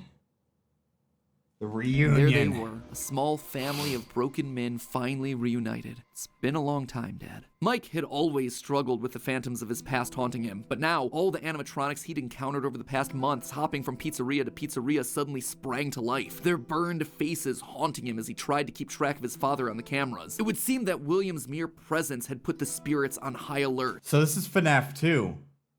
Or no, 3. This is FNAF 3, right? Ultimately, they were harmless, more annoying than anything else, but there was one that felt different from the others. Okay. One that was more than just a mere phantom. The security puppet. If he looked at the cameras at just the right moment, he could see it floating there through the halls. He could even see its reflection in the water pooled on the ground. It would seem like he wasn't the only one there on a mission. While he was dealing with Springtrap, Michael assumed that this one was likely dealing with the spirits of this place, finally setting them to rest. Hopefully this means a happier day for all of us, Mike thought to himself. And in that moment, he felt the air around him release, like pressure being let out of a bottle. The building sighed, as if 5 spirits had finally been allowed to move on. He had the sense that his brother was a part of them. He rigged the wiring inside the building to misfire, and the dry, desiccated walls erupted in flames. It is finished. Michael. Except it was not. Burns another building.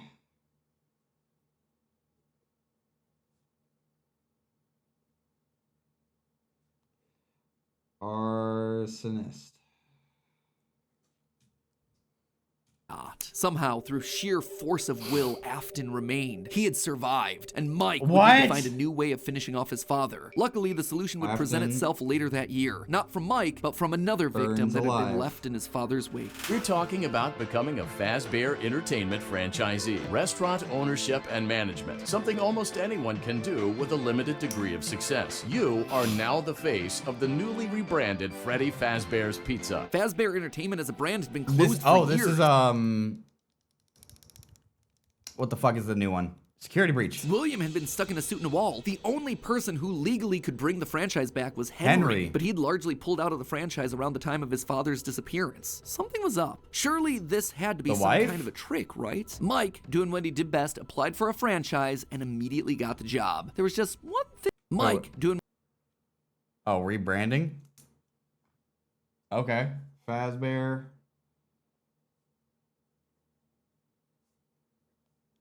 Rebranding is back. I don't know. What he did best, applied for a franchise and immediately got the job. There was just one thing nothing out of the ordinary. Paragraph 4. If you are playing this tape, that means that not only have you been checking outside at the end of every shift, as you were instructed to do, but also that you have found something that meets the criteria of your special obligations under paragraph 4. No employment contract he'd ever signed required him to keep special lookout for independently moving animatronics outside the restaurant. Now he knew something was up here. Henry was luring them all back. Rather than trying to go to them, like Mike had done for years, Henry was doing the opposite. He was putting them all under the same roof. He was finishing them off for good. Mike knew this wasn't meant to be a restaurant. It was meant to be a prison, a containment vessel, a locked box meant to trap them all in so they could finally end the madness. It took a few nights, but eventually everyone was there. His father, the puppet, the robot spaghetti that had once violated his body, and his sister, now hopelessly devoted to serve the man that had once gotten her killed. It was time. He had been instructed to seal the doors and leave, but while he locked everything down, he didn't move on. If this was truly meant to be the end, if the remnant needed to be washed away, he needed to be a part of that. This is where your story ends. And to you, my brave volunteer, who somehow found this job listing not intended for you, although there was a way out planned for you, I have a feeling that's not what you want. I have a feeling that you are right where you want to be. And to you monsters trapped in the corridors, be still and give up your spirits. They don't belong to you. For most of you, I believe there is peace and perhaps more waiting for you after the smoke clears. Although for one of you, the darkest pit of hell has opened to swallow you whole. So don't keep the devil waiting. And with that, it was over. The Afton legacy died with all of them trapped inside of a literal box as the flame. Okay, wow. Henry brings it back, throws it back, and it's burnt everything to the ground with everyone in it. Flames danced around the office. Mike, for the first time in decades, was happy. But William wasn't gone yet. Although the darkest pit of hell was oh my god, this guy doesn't die! Someone wouldn't allow him to move on. Instead, he found himself locked in moments from his past. The pizzeria, his son's room, his underground bunker. It was as if his brain's neurons were all firing at once, overloaded, mixing and matching all his biggest fears, regrets, failures. What was this place? How did he get here? He called out into the silence. Then they started coming. Without warning, animatronics, both new and old, began to jump out at him, bite him, rip him limb from limb. The pain was immeasurable. Make it stop. Make it stop. William, for the first time, longed for death, an end to this torture, just as it felt like he couldn't take it. Afton gets bit by the animatronics. Anymore, everything was quiet again. It was as if the world had been reset. There was a brief moment of quiet, and then the onslaught began again. Dozens of faces from his past all focused on him. A waking nightmare that he couldn't escape from. More pain, more ripping. It was his own personal hell. I always come why? back. Well, not anymore. Why couldn't he just die? And then he saw them. A group of characters he never thought he'd see again. Those janky, stolen characters. Those fucking melody bitches. The mediocre melodies. Yeah. It had all started to go wrong once they showed up. Once Henry had made them. But mixed in with their obnoxious southern drawls, William heard something else. It was barely a whisper, but he could just make out the words. He tried to release you. He tried to release us. But I'm not gonna let that happen. I will hold you here. I will keep you here. Doesn't sound like Richtofen, no matter bro. how many times they burn us. Got German accent. That voice. He knew that voice, but from where? Greetings from the fire, and from the one you should not have killed. The one he shouldn't have killed. William thought back. He'd done I got some of my notes.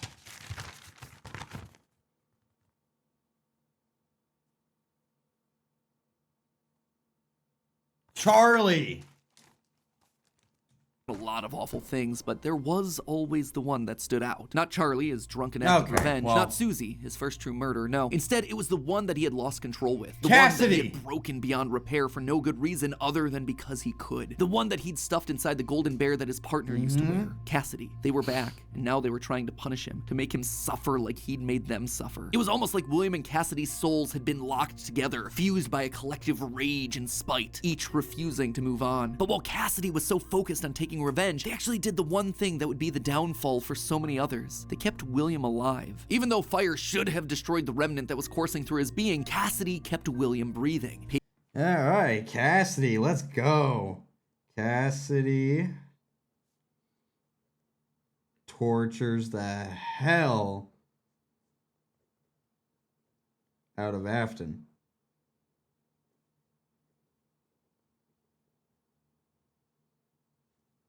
Paving the way for his escape. William's will was so strong, his soul so powerful that he managed to put a part of himself inside the circuitry that housed the spring-locked suit, and there his consciousness lay, inside a single circuit board, waiting for someone to find him and set him free, a person that no one would suspect. Okay, so a bit of a shorter chunk, but an important one as we shift perspectives to Mike and tell his side of the story. And with FNAF VR, AR, and Security Breach having so much to explain, I didn't want to rush through things by trying to cram it all in here. Don't worry, I know you've all been patient. How long is it? Oh my God. The final video is happening on March 25th. That is locked, it is getting ready to go. Trust me, I want this thing to be over and done with as much as you. I am not just stretching it out for the views. But before we wrap up for the day, I did want to talk about the big Orville elephant in the room, Mike's quest for revenge. You might have noticed that I was vague about the dates, and there's a good reason for that. I don't know them. There is no good way for me to make them fit in. Here's what I do know. We know with a high amount of certainty that Michael Afton is the character that we play as up until Ultimate Custom Night. Mike Schmidt and Fritz Smith, the security guards for FNAF 1 and FNAF 2 respectively, get fired for, quote, tampering with the animatronics and odor. So weird connection between the two of them, right? But now, look at the phantom animatronics that are haunting us in FNAF 3. They use models from both FNAF 1 and FNAF 2, meaning whoever is sitting in that security guard chair Fazbear Frights, they have to have seen both locations and their animatronics. And that's not all. Their designs are burnt. It's a weird detail in the game, and it's something that the character encyclopedia repeatedly calls attention to. The burned texture for these phantom animatronics. Why is that so unusual though? Fazbear Frights is the first time in the franchise that we hear about anything burning down. From that point on in the story, it's like the characters turn pyro and are suddenly setting fires left and right. But for the first 3 games, nothing ever catches fire. The animatronics are just moved or repurposed in some way. So when did they burn? And why would our security guards see them as being burned? Someone has to have been going location to location, setting these places on fire, purging the sins of the past. We know we're definitely playing as Mike and Sister Location in FNAF 6 based on the in-game dialogue. And in FNAF 4, there's an Easter egg where we can hear the phone call from Night 1 of FNAF 1, meaning that whoever's in that bedroom has heard the recording as a security guard. We also know that Mike has seen the nightmare animatronics based on his drawings in the security logbook. So overall, there is solid evidence that connects all of FNAFs 1 through 6. You'll also notice how the character encyclopedia doesn't have a page for Mike Afton. This thing has a page for Chocolate Bunny Bonnie, but not Michael? Some tells me they don't want us to confirm how many games he's been in, because that would confirm too much of the theory. In short, this gives us an incredibly compelling and complete...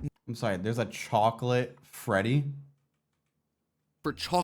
You'll also notice how the character encyclopedia doesn't have a page for Mike Afton. This thing has a page for Chocolate Bunny Bonnie, but not Michael? Some tells me they don't want us to confirm how many games he's been in, because that would confirm too much of the theory. In short, this gives us an incredibly compelling and complete narrative. Mike as our protagonist, and William, his father, as our antagonist. Mike accidentally kills his brother in Fredbear's mouth, which begins our story and sets William down his pathway of destruction. Mike is then haunted by the guilt of his past and is looking to make things right across the rest of the games. In Sister Location, he learns what his father's been up to and realizes what he has to do to correct it. After failing to finish the job in FNAF 3, he ultimately helps Henry end it all in FNAF 6. It is great. It is a clean narrative. There is just one problem: timing. Mike's quest can't really start until he's been down to Sister Location, seen Baby, and gotten himself scooped. That's when he finds out about Afton's secret life. It's also when he's gonna start to smell, because, you know, he's a walking, talking, rotting corpse. And we know that he's not going down into the bunker until the Funtime animatronics have been made, Freddy's has been closed, and Afton is out of the picture. That all should be happening post 1993. After William.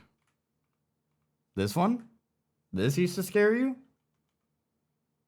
Until he's been down. Lean also when he's gonna start to smell, because, you know, he's a walking, talking, rotting corpse. And we know that he's not going down into the bunker until the Funtime animatronics have been made, Freddy's has been closed, and Afton is out of the picture. That all. Oh, this? should be happening post-1993, after William is sealed behind a wall. But that then presents us with a few problems. Afton has already dismantled an secret down to narrative.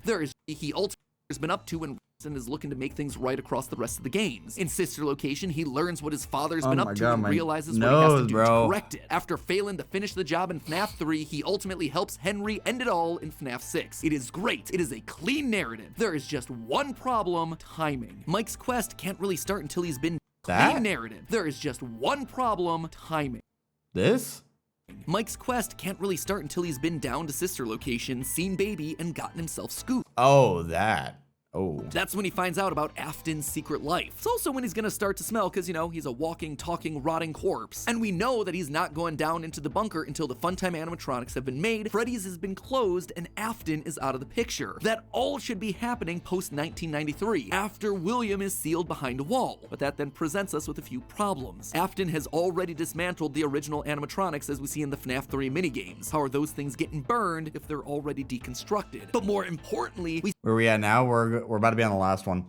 What's up, Cloud? See FNAF 2 paychecks with the date 1987. That is way earlier than I think it can be. To be fair, Fritz Smith's pink slip on night 7 doesn't have a date, but it's a bit weird to say that the first few nights are in 1987, and then employee number 3 is hired on years after the restaurant closes. Anyway, just wanted to call that out because I don't have a solid answer for it, and I'd love to see your comments down below. And with that, my friends, this chapter comes to a close. Wow. We'll see you on March 25th for the grand finale as we cover the final 3 games of the franchise, and the controversial answers we think solves what those games were trying to tell us. Until then, my Faz heads, remember, even though Afton kinda succeeded in being brought back to life, gotta admit, he's still looking a little bit on the dry, dehydrated side. I suppose 3 fires and being dead for a decade will tend to do that to you. Fortunately, thanks to today's sponsor, Era. Oh my god, okay.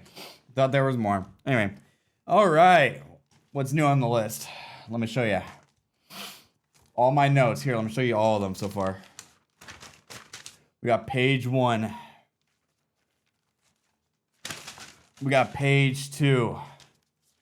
And now we got page 3. Where are we at? This episode, or that episode, I wrote down, Afton been AWOL, so Michael gets sus. Michael finds his science lair under the house. Michael finds out the truth. Michael got dug in by the scooper. Michael filled with stuff, so like body parts and electrical shit. Michael then becomes a night guard. Michael would use the job to learn more and to find his daddy. Michael sets place on fire. 2023. Michael Fazbear frights. Michael finds Afton. FNAF 3 happens. Michael burns another building, arsonist, and then Afton's then burned alive and lives. Fazbear rebranding is back. Henry brings it back and burnt everything to the ground with everyone in it. Afton gets bit by the animatronics. Cassidy tortures the hell out of Afton, and then there's a whole chocolate bunny Bonnie. 3 fires and being dead. So yeah. Now it's time for the finale. Hello, Internet. Ba-bam. Welcome to Game Theory, and the final part of my we finally reached the end and a new beginning to our story. Fazbear Entertainment was dead. There is no need for you to return to work next week, as Fazbear Entertainment is no longer a corporate entity. All debts had been paid, all assets redistributed. The company was outright dissolved. Even the memories of the horrors that had happened there started to fade away in the public consciousness. The people were gone too. William was dead. Henry was gone. A whole generation of young Emily. Afton dead. Henry gone. Fazbear shut down. Emily's and Afton's had lost their lives to the horrors of the pizzeria, all of them collateral damage to the man in the bunny suit. Everyone the company had ever touched was dead and gone. Well, all except one. Pay your child support, you deadbeat! I'm keeping the diamond ring. I also set The the house wife! on fire. Clara Afton. She'd been there in the early days, back when things with William were good. They'd had the perfect home, Clara a thriving business, the ideal Afton. family. But shortly after their youngest son died, things started to change. William had become distant, lost in his work, obsessive. She had watched him change from this irritatingly brilliant man that she had fallen in love with to a drunken monster struggling to hold himself together. And despite her trying to reach out to him in those desperate days, he was just too far gone.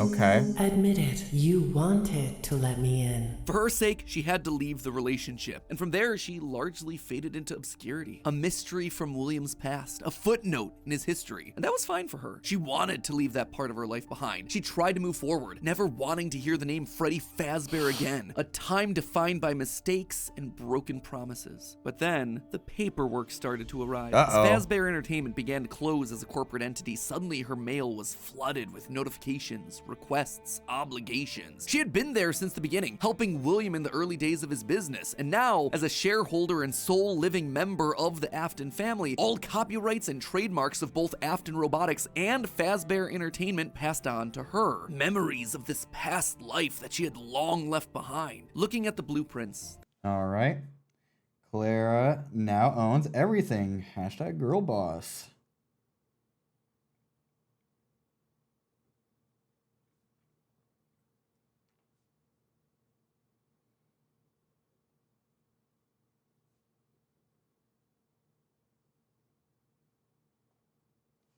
The contracts, the memos. She felt old wounds begin to reopen, the regrets of a happy family that had been torn away from her. William had always been brilliant. That's what had attracted her to him in the first place. But he'd also been too blinded by obsession and pride. He was too My jealous, designs, my too OCs, petty, do too not steal. unable to actually see a bigger picture. But now, holding the paperwork that contained decades of heartbreak and trauma, she realized it was her turn. She was holding the power. This was her chance. And one thought resonated in her head. I will put them back together. I will put them all back together. Oh my She would God. be the one to rebuild this family, to rebuild the pieces.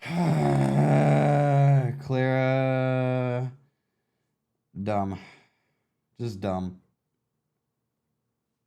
Of that shattered life, to reclaim the kids that Fazbear had stolen from her. And Now, delusional. looking at William's work now laid out before her, she knew that he had been onto Delulu. something, collecting remnant, robotic humanoids, digital conscience transference. The pieces were all in place, they were just scattered, fragmented. It was almost like there were too many ideas going in too many different directions. It was such an important idea that she reiterated that point to herself. There were too many ideas going in too many different directions. That said, there had to be a way to save it all. She just needed to put it all back together. But how? To rebuild her family, she would first need to rebuild the franchise that had stolen them away. Oh my God. With ownership over the characters, their licenses, the technology patents, and the Fazbear name, she converted the corporation back to an LLC, a structure for smaller businesses that are usually family-owned.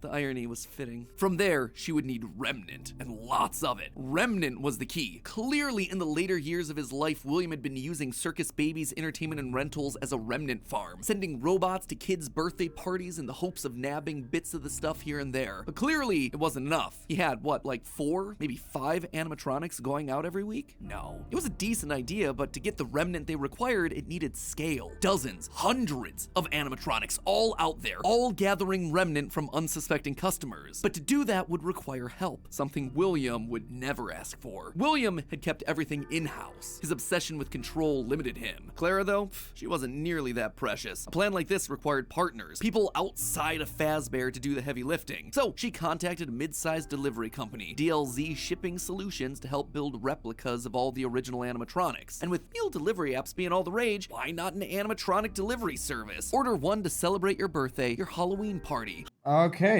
Clara's fucking door dashing the animatronics. Gotcha. Door dashes the animatronics. How about a 4th of July picnic? We'll invite Liberty Chica and 4th of July Freddy on over. She would make sure that they made skins for every occasion. Chocolate Bonnies for Easter, Shamrock Freddy's for St. Patrick's Day, Dia de los Muertos Chicas. And thus, the Fazbear Funtime service was born. That's right. With the Fazbear Funtime service, you'll never be alone again. You'll Of always course. have someone watching your back. Was it ridiculous? Absolutely. Was it a sellout? Pff, no doubt. It was exactly the sort of thing that William would have hated, but it needed to be done to get enough remnant. Normally, the novelty of ordering an animatronic wore off after like what, 1, maybe 2 times? But with new skins for new holidays, suddenly you had yourself an animatronic. Bro, Clara was fucking big brain. All right, I'm scratching out the idea. I'm going back to my notes with like an arrow saying Clara is fucking smart.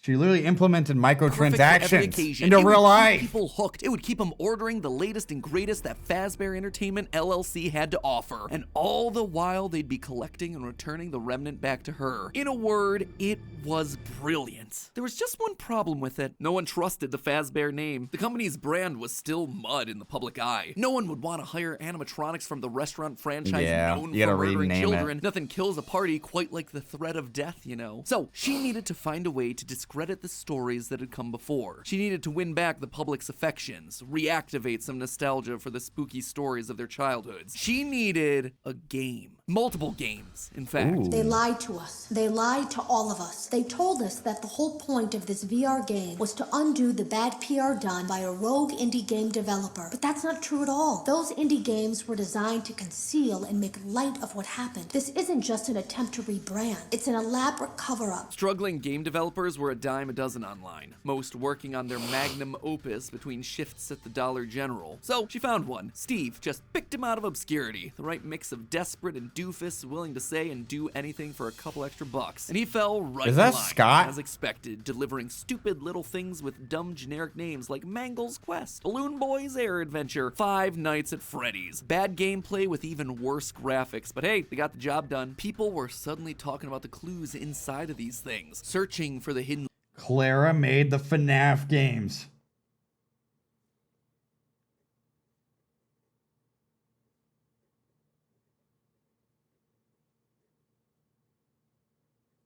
Lore. They were actively making jokes about dead kids at pizzerias. Her husband's twisted history of serial murder had suddenly been reduced to a mere Nancy Drew mystery to be solved. The plan had worked. Freddy Fazbear's was suddenly more popular than ever. Things were going shockingly well. Her takeover and reboot of the franchise was full and complete. Suddenly infused with cash, she built the largest, most ambitious project yet. The Mega Pizza Place. William had always been so visionary, but always thought so small scale. He was careful to a fault. Not her, though. She knew that this latest project needed to be big. It needed to be flashy. It needed to be a palace for children. A place that got people talking and checking out the latest Fazbear products. So with a steady supply of remnant flowing in, it was finally time. The stage was set. It was time to get to her real goal, literally rebuild. Oh, here, I got you, Ash.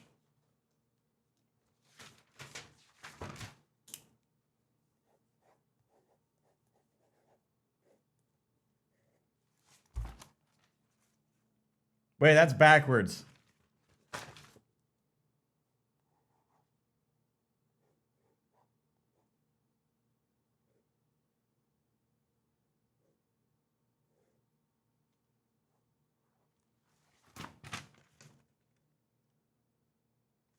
I got you.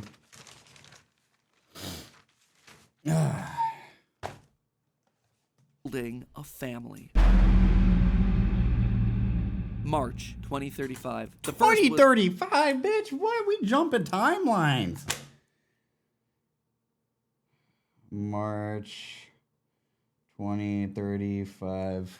It was obvious. The crying child, her little boy, the one that was the first to get ripped away from her. She'd seen down in his bunker that William had gotten very close to replicating I thought that was a artificial minion, humans bro. using animatronic technology. And so that's exactly what she would do. Rebuild her boy from the ground up using robotic parts. His shaggy brown hair, his favorite striped shirt, even down to small details that no one would notice, like the band-aid on his left knee. William's research had even found ways of making animatronics that could bleed and process food, making them virtually indistinguishable from a typical human. He would never have any idea of what he actually was unless he was explicitly told. The only things that could possibly ruin the illusion were any overrides to his internal systems. If something were to, say, interfere with the cameras that he had in his eyes, or cause some sort of a core reboot to his hard drive, or x-ray his I didn't know bones, Gregory wasn't an But animatronic. otherwise, to the outside world, he was just your typical, normal human boy. She worked down in the bowels of the Pizzaplex, giving him Gregory life, but it was is one crying thing. child. It was another to help him remember his identity. He died so young, so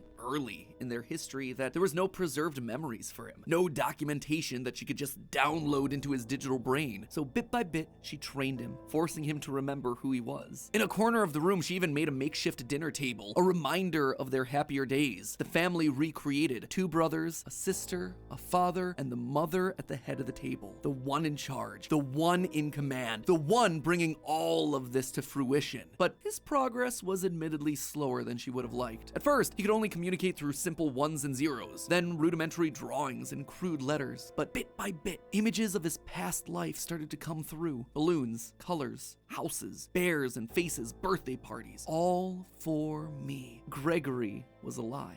As the robot boy embraced her, she felt a warmth that she hadn't in decades. This is crazy. was the joy that she'd been working towards. This was what it was all for. Her son, back in her arms again. The plan was working. She had to keep going. Next was William. If the family was truly going to be put together, she would need him. And she knew exactly where he was, in the ruins of that old Freddy Fazbear's pizza place where Henry had trapped him. In fact, that's specifically why she insisted on building the Pizzaplex there over the sinkhole. It was the best place to hide what her true intentions were with the entire operation. Digging through the wreckage, she found him. He was right where she... Ew. Clara then remakes William and goes and digs him up. Next page. She thought he'd be. Seeing the putrid shell of the Springtrap suit, though, was not something she was prepared for. The rotting corpse of William Afton was disgusting. Scorched One feature, which one? flesh fused into the fur line. Oh, I remember Hollow now. black sockets where eyes once were. A smell that reeked of burned carbon. Is he dead? and iron. He was no longer flesh. It was just the tangled sinews of a creature that was once called human. How far this brilliant man had fallen. It was clear that her work was cut out for her on this one. Afton was practically lifeless. The man may not have been able to die, but he was about as close as you could come. And his body would need a lot of he's still alive. reconstruction. Replacement arms and endoskeleton reinforcements were the top priority. Maybe pulled from their new line of glam rock animatronics. She'd have to see if they had any spare Bonnie parts lying around that they could steal. In the meantime, though, she threw the husk that was once her husband into a life support pod infused with aerosolized remnant to help keep him stable. But more important than recovering his body was recovering his mind. In his current state, he was comatose, an empty shell. Severe brain damage starts at temperatures over 108 degrees Fahrenheit. 42 degrees Celsius, and years of repeated fires had burned his brain to goo. Gone was the brilliant, frustrating mind that had drawn her to him in the first place. But she had a plan. Unlike her darling boy Gregory, Afton had found ways to record his consciousness. Fundamentally, the brain is only a series of electrical connections after all, so why couldn't you replicate that in the form of a standard circuit board? In essence, you could create a digital consciousness. And one thing she knew about William, he was nothing if not cautious. A planner, someone who had backup plans to his backup plans. And sure enough, there it was, buried in piles of old animatronic CPUs, a record of Afton himself. But she needed someone to test it. Someone was definitely here during the night. It had to have been the client. I mean, they sent us that stuff in the first place with no explanation, told us to scan it, said it would expedite the process so we wouldn't need to program any pathfinding ourselves. Unlike the other games that she'd paid to have made in the past, this one had a different purpose. This wasn't about PR, it was about getting William back back up and running, spreading his virus to the masses. You acknowledge that Fazbear Entertainment. All right, okay. Clara is making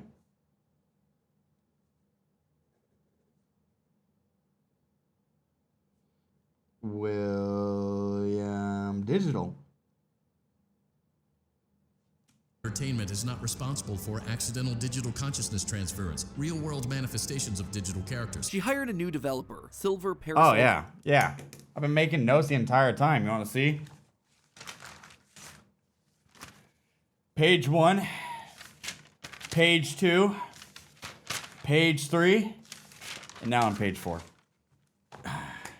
Games to scan the boards and bring her husband into the system. And because of the immersive nature of VR, William's consciousness would be able to merge with the player, giving him a new body, a new agency. There was just one complication. Afton's hold wasn't as powerful as she had hoped. He wasn't able to gain complete control. The first trial run, Jeremy, was so desperate to escape from his grasp that he sliced his own face off with a paper shredder. Messy. Afton's followers were reluctant, to say the least. But it was the second attempt that looked like it had the potential to kill two birds with one stone. Enter Vanessa. Mrs. Afton wanted a surrogate daughter.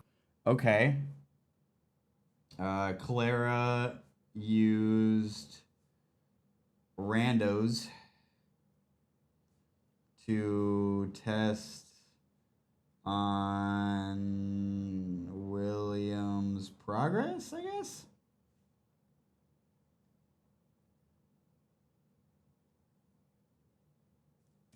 Her darling Elizabeth would have been a young woman at this point if she had lived, and Clara wanted someone who wasn't Elizabeth but could be just like her. Could she have just rebuilt her like Gregory? Vanessa. Sure, but she decided against it because she wanted an actual human mother-daughter connection. Well, that, and it would be redundant and narratively unsatisfying to have two robot kids in the same family. What could she say? William had put a lot of tools on the table for her to use, and she was planning on using them all. Plus, Elizabeth had always been so loyal to Daddy. It was time to give her a second chance, a true choice. And Vanessa seemed to be the perfect candidate to fill the role. Your dad's name was Bill? Your dad didn't play fair, did he? He used to make your mum look bad in court. He manipulated you. I know your mum after she lost the custody case. I was supposed to be a good girl. She started as a QA tester at Silver Parasol Games, the VR game development company that was part of her plan to bring back William. But more importantly, Vanessa checked all the correct boxes. Right age, blonde, green eyes, with a fondness for flowers and the outdoors. In many ways, it was her daughter all over again. Except it wasn't just looks and personality. What really mattered was Vanessa's mind. Underconfident, coming from a broken home, motherless, able to be manipulated. Yes. She would do nicely. She would be the one to save dear old Daddy, just as the real Elizabeth would have wanted. All right, Clara grooms Vanessa.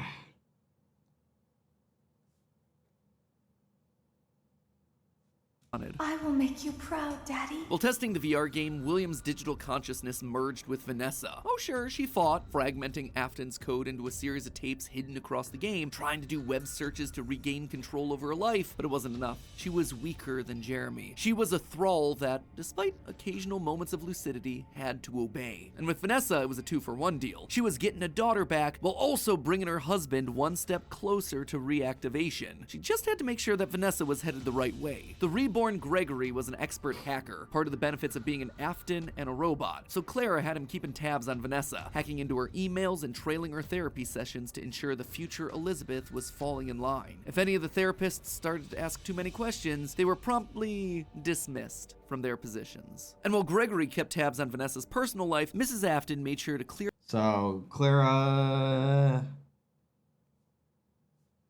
sent Gregory to stalk Vanessa. A path for her professionally. With Silver Parasol's collapse at the hands of the anomaly, she then had the possessed Vanessa bring the contaminated circuit boards to DLZ shipping and the Fazbear Funtime service. More glitches, more Remnant, more Afton. But it was her last move that was the best. In a true masterpiece of poetry, she brought Vanessa over to be Chief Security Officer at the Pizzaplex. A true family tradition to don the hat and badge, and all it took was a recommendation from the top as well as some emails marked for deletion. Sure, Vanessa Vanessa didn't have relevant experience for the job, but when it comes directly from the CEO, does it really matter? Husband, son, daughter. A corpse, a robot, a human. All that was left was Michael. Poor, troubled Michael. The boy that... And then Vanessa turns into the garden. Vanessa turns into the guard. killed her youngest, the one that would spend years trying to make his guilty conscience right. Well, he's alive. Self-professed protector. While she knew she needed him to complete the family, something told her that the problem had already solved itself. Something had shifted when using Glamrock Freddy to excavate the buried pizza place. I have been here before. I found myself for the first time when I cleared the path. I have changed. Don't fucking tell me, bro. Don't fucking tell me Glamrock Freddy is Michael.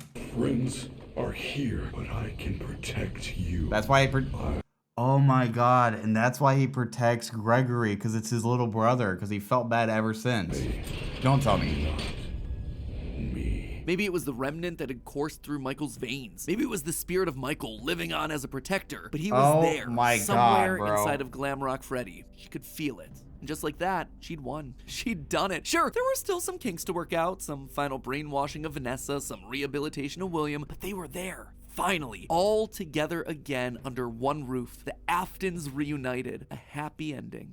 And that's how it could have ended. That's how it should have ended, had it not been for a few unanticipated developments. For one, something was just wrong with the Pizzaplex. Almost as if the entire building was haunted, possessed. Puppet plushies hiding on ceilings, behind crates, places that they had no earthly way of belonging. Staff bots with greasy tears down their eyes acting like they were being puppeteered by some sort of a nightmare. Even their sounds had the echo of nightmares long past. It was as though a guardian spirit of the past refused to move on. As long as her husband was around, it too would linger. Only now, it wasn't just in one body, but it was in the essence of the building itself. She had seen stories of houses built on burial grounds getting possessed by angry spirits, but she'd never assumed that it could be real. Then again, in a world of living spirit metal and mind-controlling glitches, who was she to be so judgmental? The whole thing was ridiculous. Why would this be the line that she refused to cross? After all, the Pizzaplex was built over the burial ground of angry spirits, but it was the power cords that finally convinced her that something was wrong. Suddenly, these cords were striped black and white, like the security puppet from generations ago. The very foundations of this place, the materials and wires that constituted it, were rebelling against her, against the Aftons, against the quest to bring them all together again. And it was being helped by something else, something slithering through the building. Maybe they were connected, she couldn't be sure, but a blob of living wires could be heard oozing through the walls, stealing pieces and parts of the old animatronics showcased in Rockstar Row. She could only assume that it was a byproduct of all the remnant they'd been collecting. From Afton's testing, she knew that both light and dark remnant existed, one of positive emotions and the other created from anguish, anger, agony. Perhaps this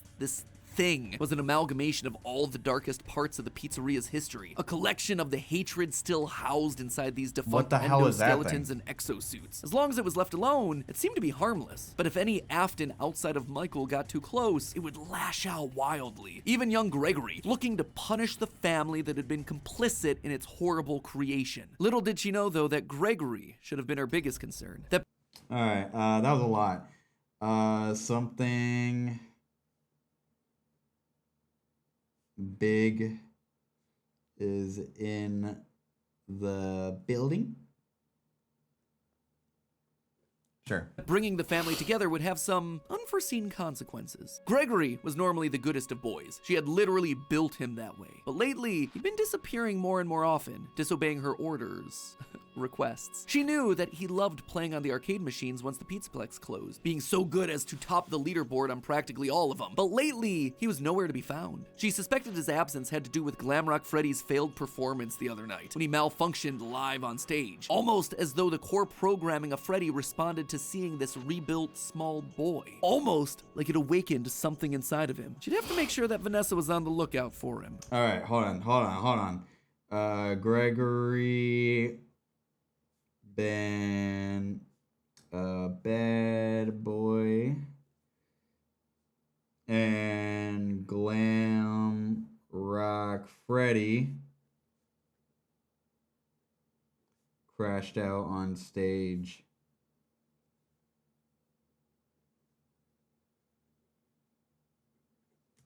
But she'd soon come to learn that Vanessa wasn't enough. Whether it was the influence of the nightmare puppet or a reawakened hatred of animatronics seated deep in Gregory's code, something had caused him to rebel, to rip apart each animatronic in the Pizzaplex. Bit by bit, this boy was okay. Gregory. Crash Out. 2020, what year are we in? 2020 or 2035?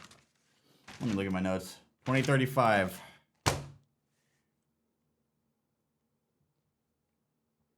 Dismantle every animatronic. Tearing down the empire that she'd so painstakingly built, freeing Vanessa from her mind control, destroying the remains of Afton in the basement, setting Glamrock Freddy loose. As her carefully created world crumbled around her one more time, she began to plot her revenge. She would have to bring them all to ruin. And there you have it, my friends, nearly a decade in the making. Is that all? My FNAF timeline for where the franchise is here in 2023, the year of Fazbear Frights, by the way. As always, it all right, so Clara gonna kill the family.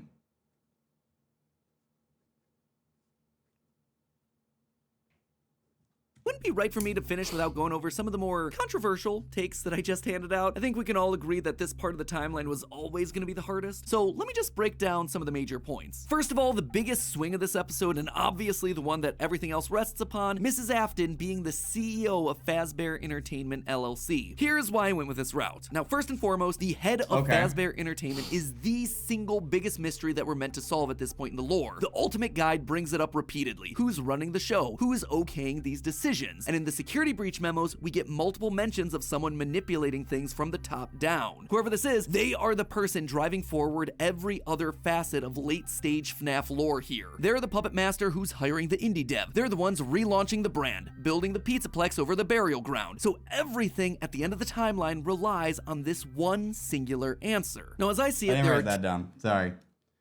Side note.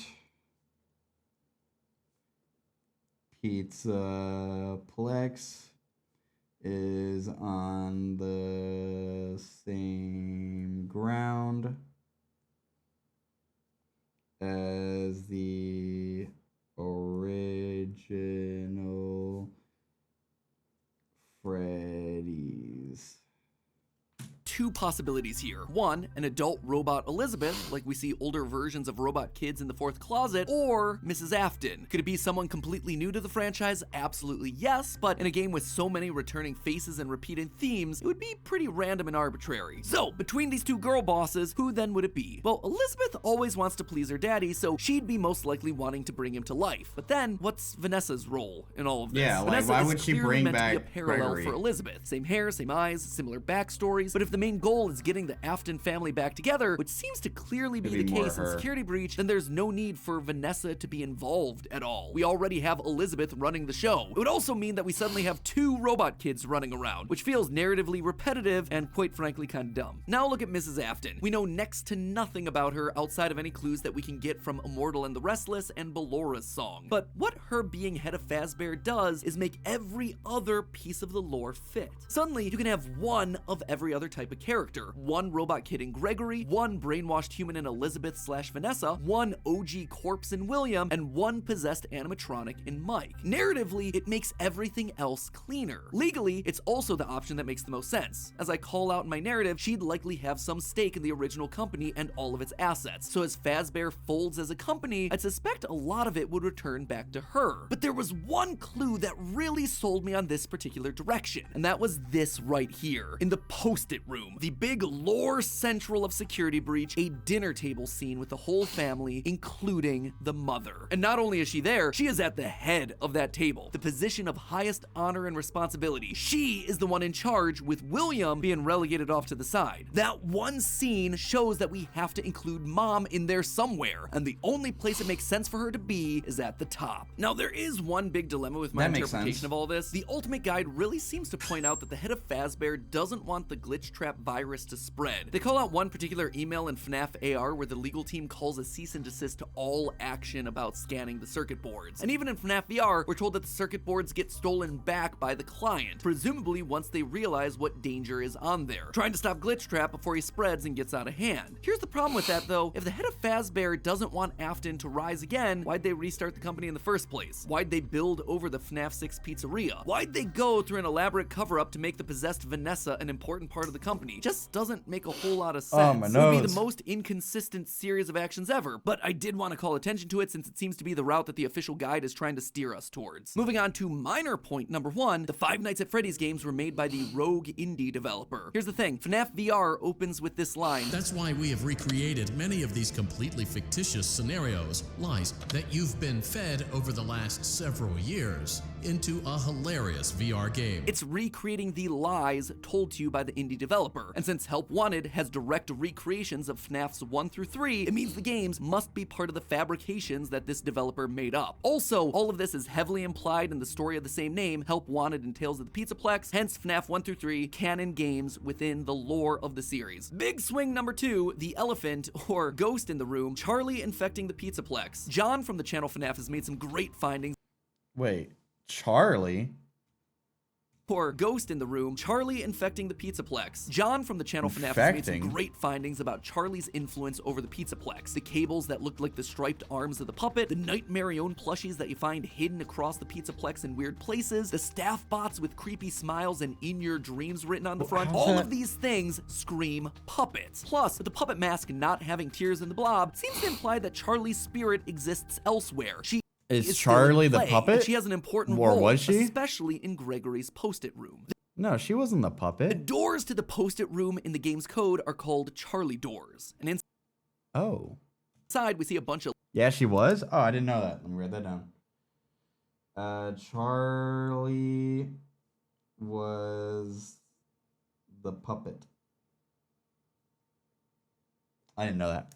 Lit up nightmare staff bot heads. Suspicious, to say the least. The channel ID's Fantasy did a great theory looking at the post-it notes, concluding that the crying child / Gregory isn't alone in this room, but rather might be communicating with someone. A spirit, Charlie. Charlie's spirit seems to have pulled a poltergeist. Instead of controlling one thing, she's affecting a lot of little details, foundational elements of the Pizzaplex. And this isn't the first time that we've seen this in the franchise either. We've seen spirits communicating with people through physical writing in the survival logbook. So we know that this is an established means of spirit communication within this franchise. And I suspect that to some extent it might be Charlie's influence making Gregory go haywire. Which brings me then to my final and probably biggest controversy in recent FNAF history, Gregory as Patient 46, the evil robot mastermind. What is now, Patient I know when 46? I first came out with this theory a year ago, people were mad. But here's the thing, you don't have to take my evidence points for it anymore. The recent Tales from the Pizzaplex story GGY basically goes and just outright proves it. In GGY, we find out about a boy named Gregory who's getting all the high scores in the Pizzaplex arcade machines. When therapists start to go missing, it's confirmed that GGY is the one that's working to bump him off. And when animatronics start getting corrupted by a mysterious glitch, GGY's letters are found inside the code. He even chooses the code name Dr. Rabbit, for crying out loud. But obviously, by the time of security breach, Gregory is working against Burn Trap, Vanessa, and the animatronics. Why? How? Well, it's not really clear. I tend to believe that something must have happened to cause him to either lose his memory or be reset in some way. Maybe it was Charlie talking to him in his post-it room. Maybe he hit his head. Maybe it was the connection that he made with Mike on stage in Glamrock Freddy. Not exactly sure, and I don't think we have enough clues to solve any of it yet. But it makes sense from a story perspective why he'd start off evil on Afton's side and then switch to trying to destroy him and not knowing who he is in security breach. And with that, my friends, I'm wrapping this thing up. Congratulations, we are on page 40. 22,000 words of FNAF, baby. Practically just wrote myself a Tales of the Pizzaplex short story. Have I answered everything? No. Does everything fit cleanly? No. But does it feel like the best and most cohesive narrative for all these characters that addresses most of the evidence we're given? Yeah. For me, honestly, it really does. And let's be honest with ourselves, the DLC will probably come out later this year and prove me completely wrong. Wouldn't be the first time. Then comes the movie, whatever, my descent into madness continues. But regardless, I am so proud of this. This was a massive undertaking, and I'm so proud of our editors who have just destroyed the editing across all 4 of these installments. You guys are the best. Thank you for pushing through on 20+ minute uploads. You are unreal, and your talent is is unrivaled. I'm so lucky to work with you guys every single day. And like I mentioned before, keep an eye on the channel for an announcement regarding a talkback live stream with some special guests. Was I right? Was I wrong? I want to hear your feedback, so that one's coming up soon. And with that, my friends, we can finally rest. I can leave the demon to its demons with one final reminder that it was all just a theory. A game theory. Thanks for watching.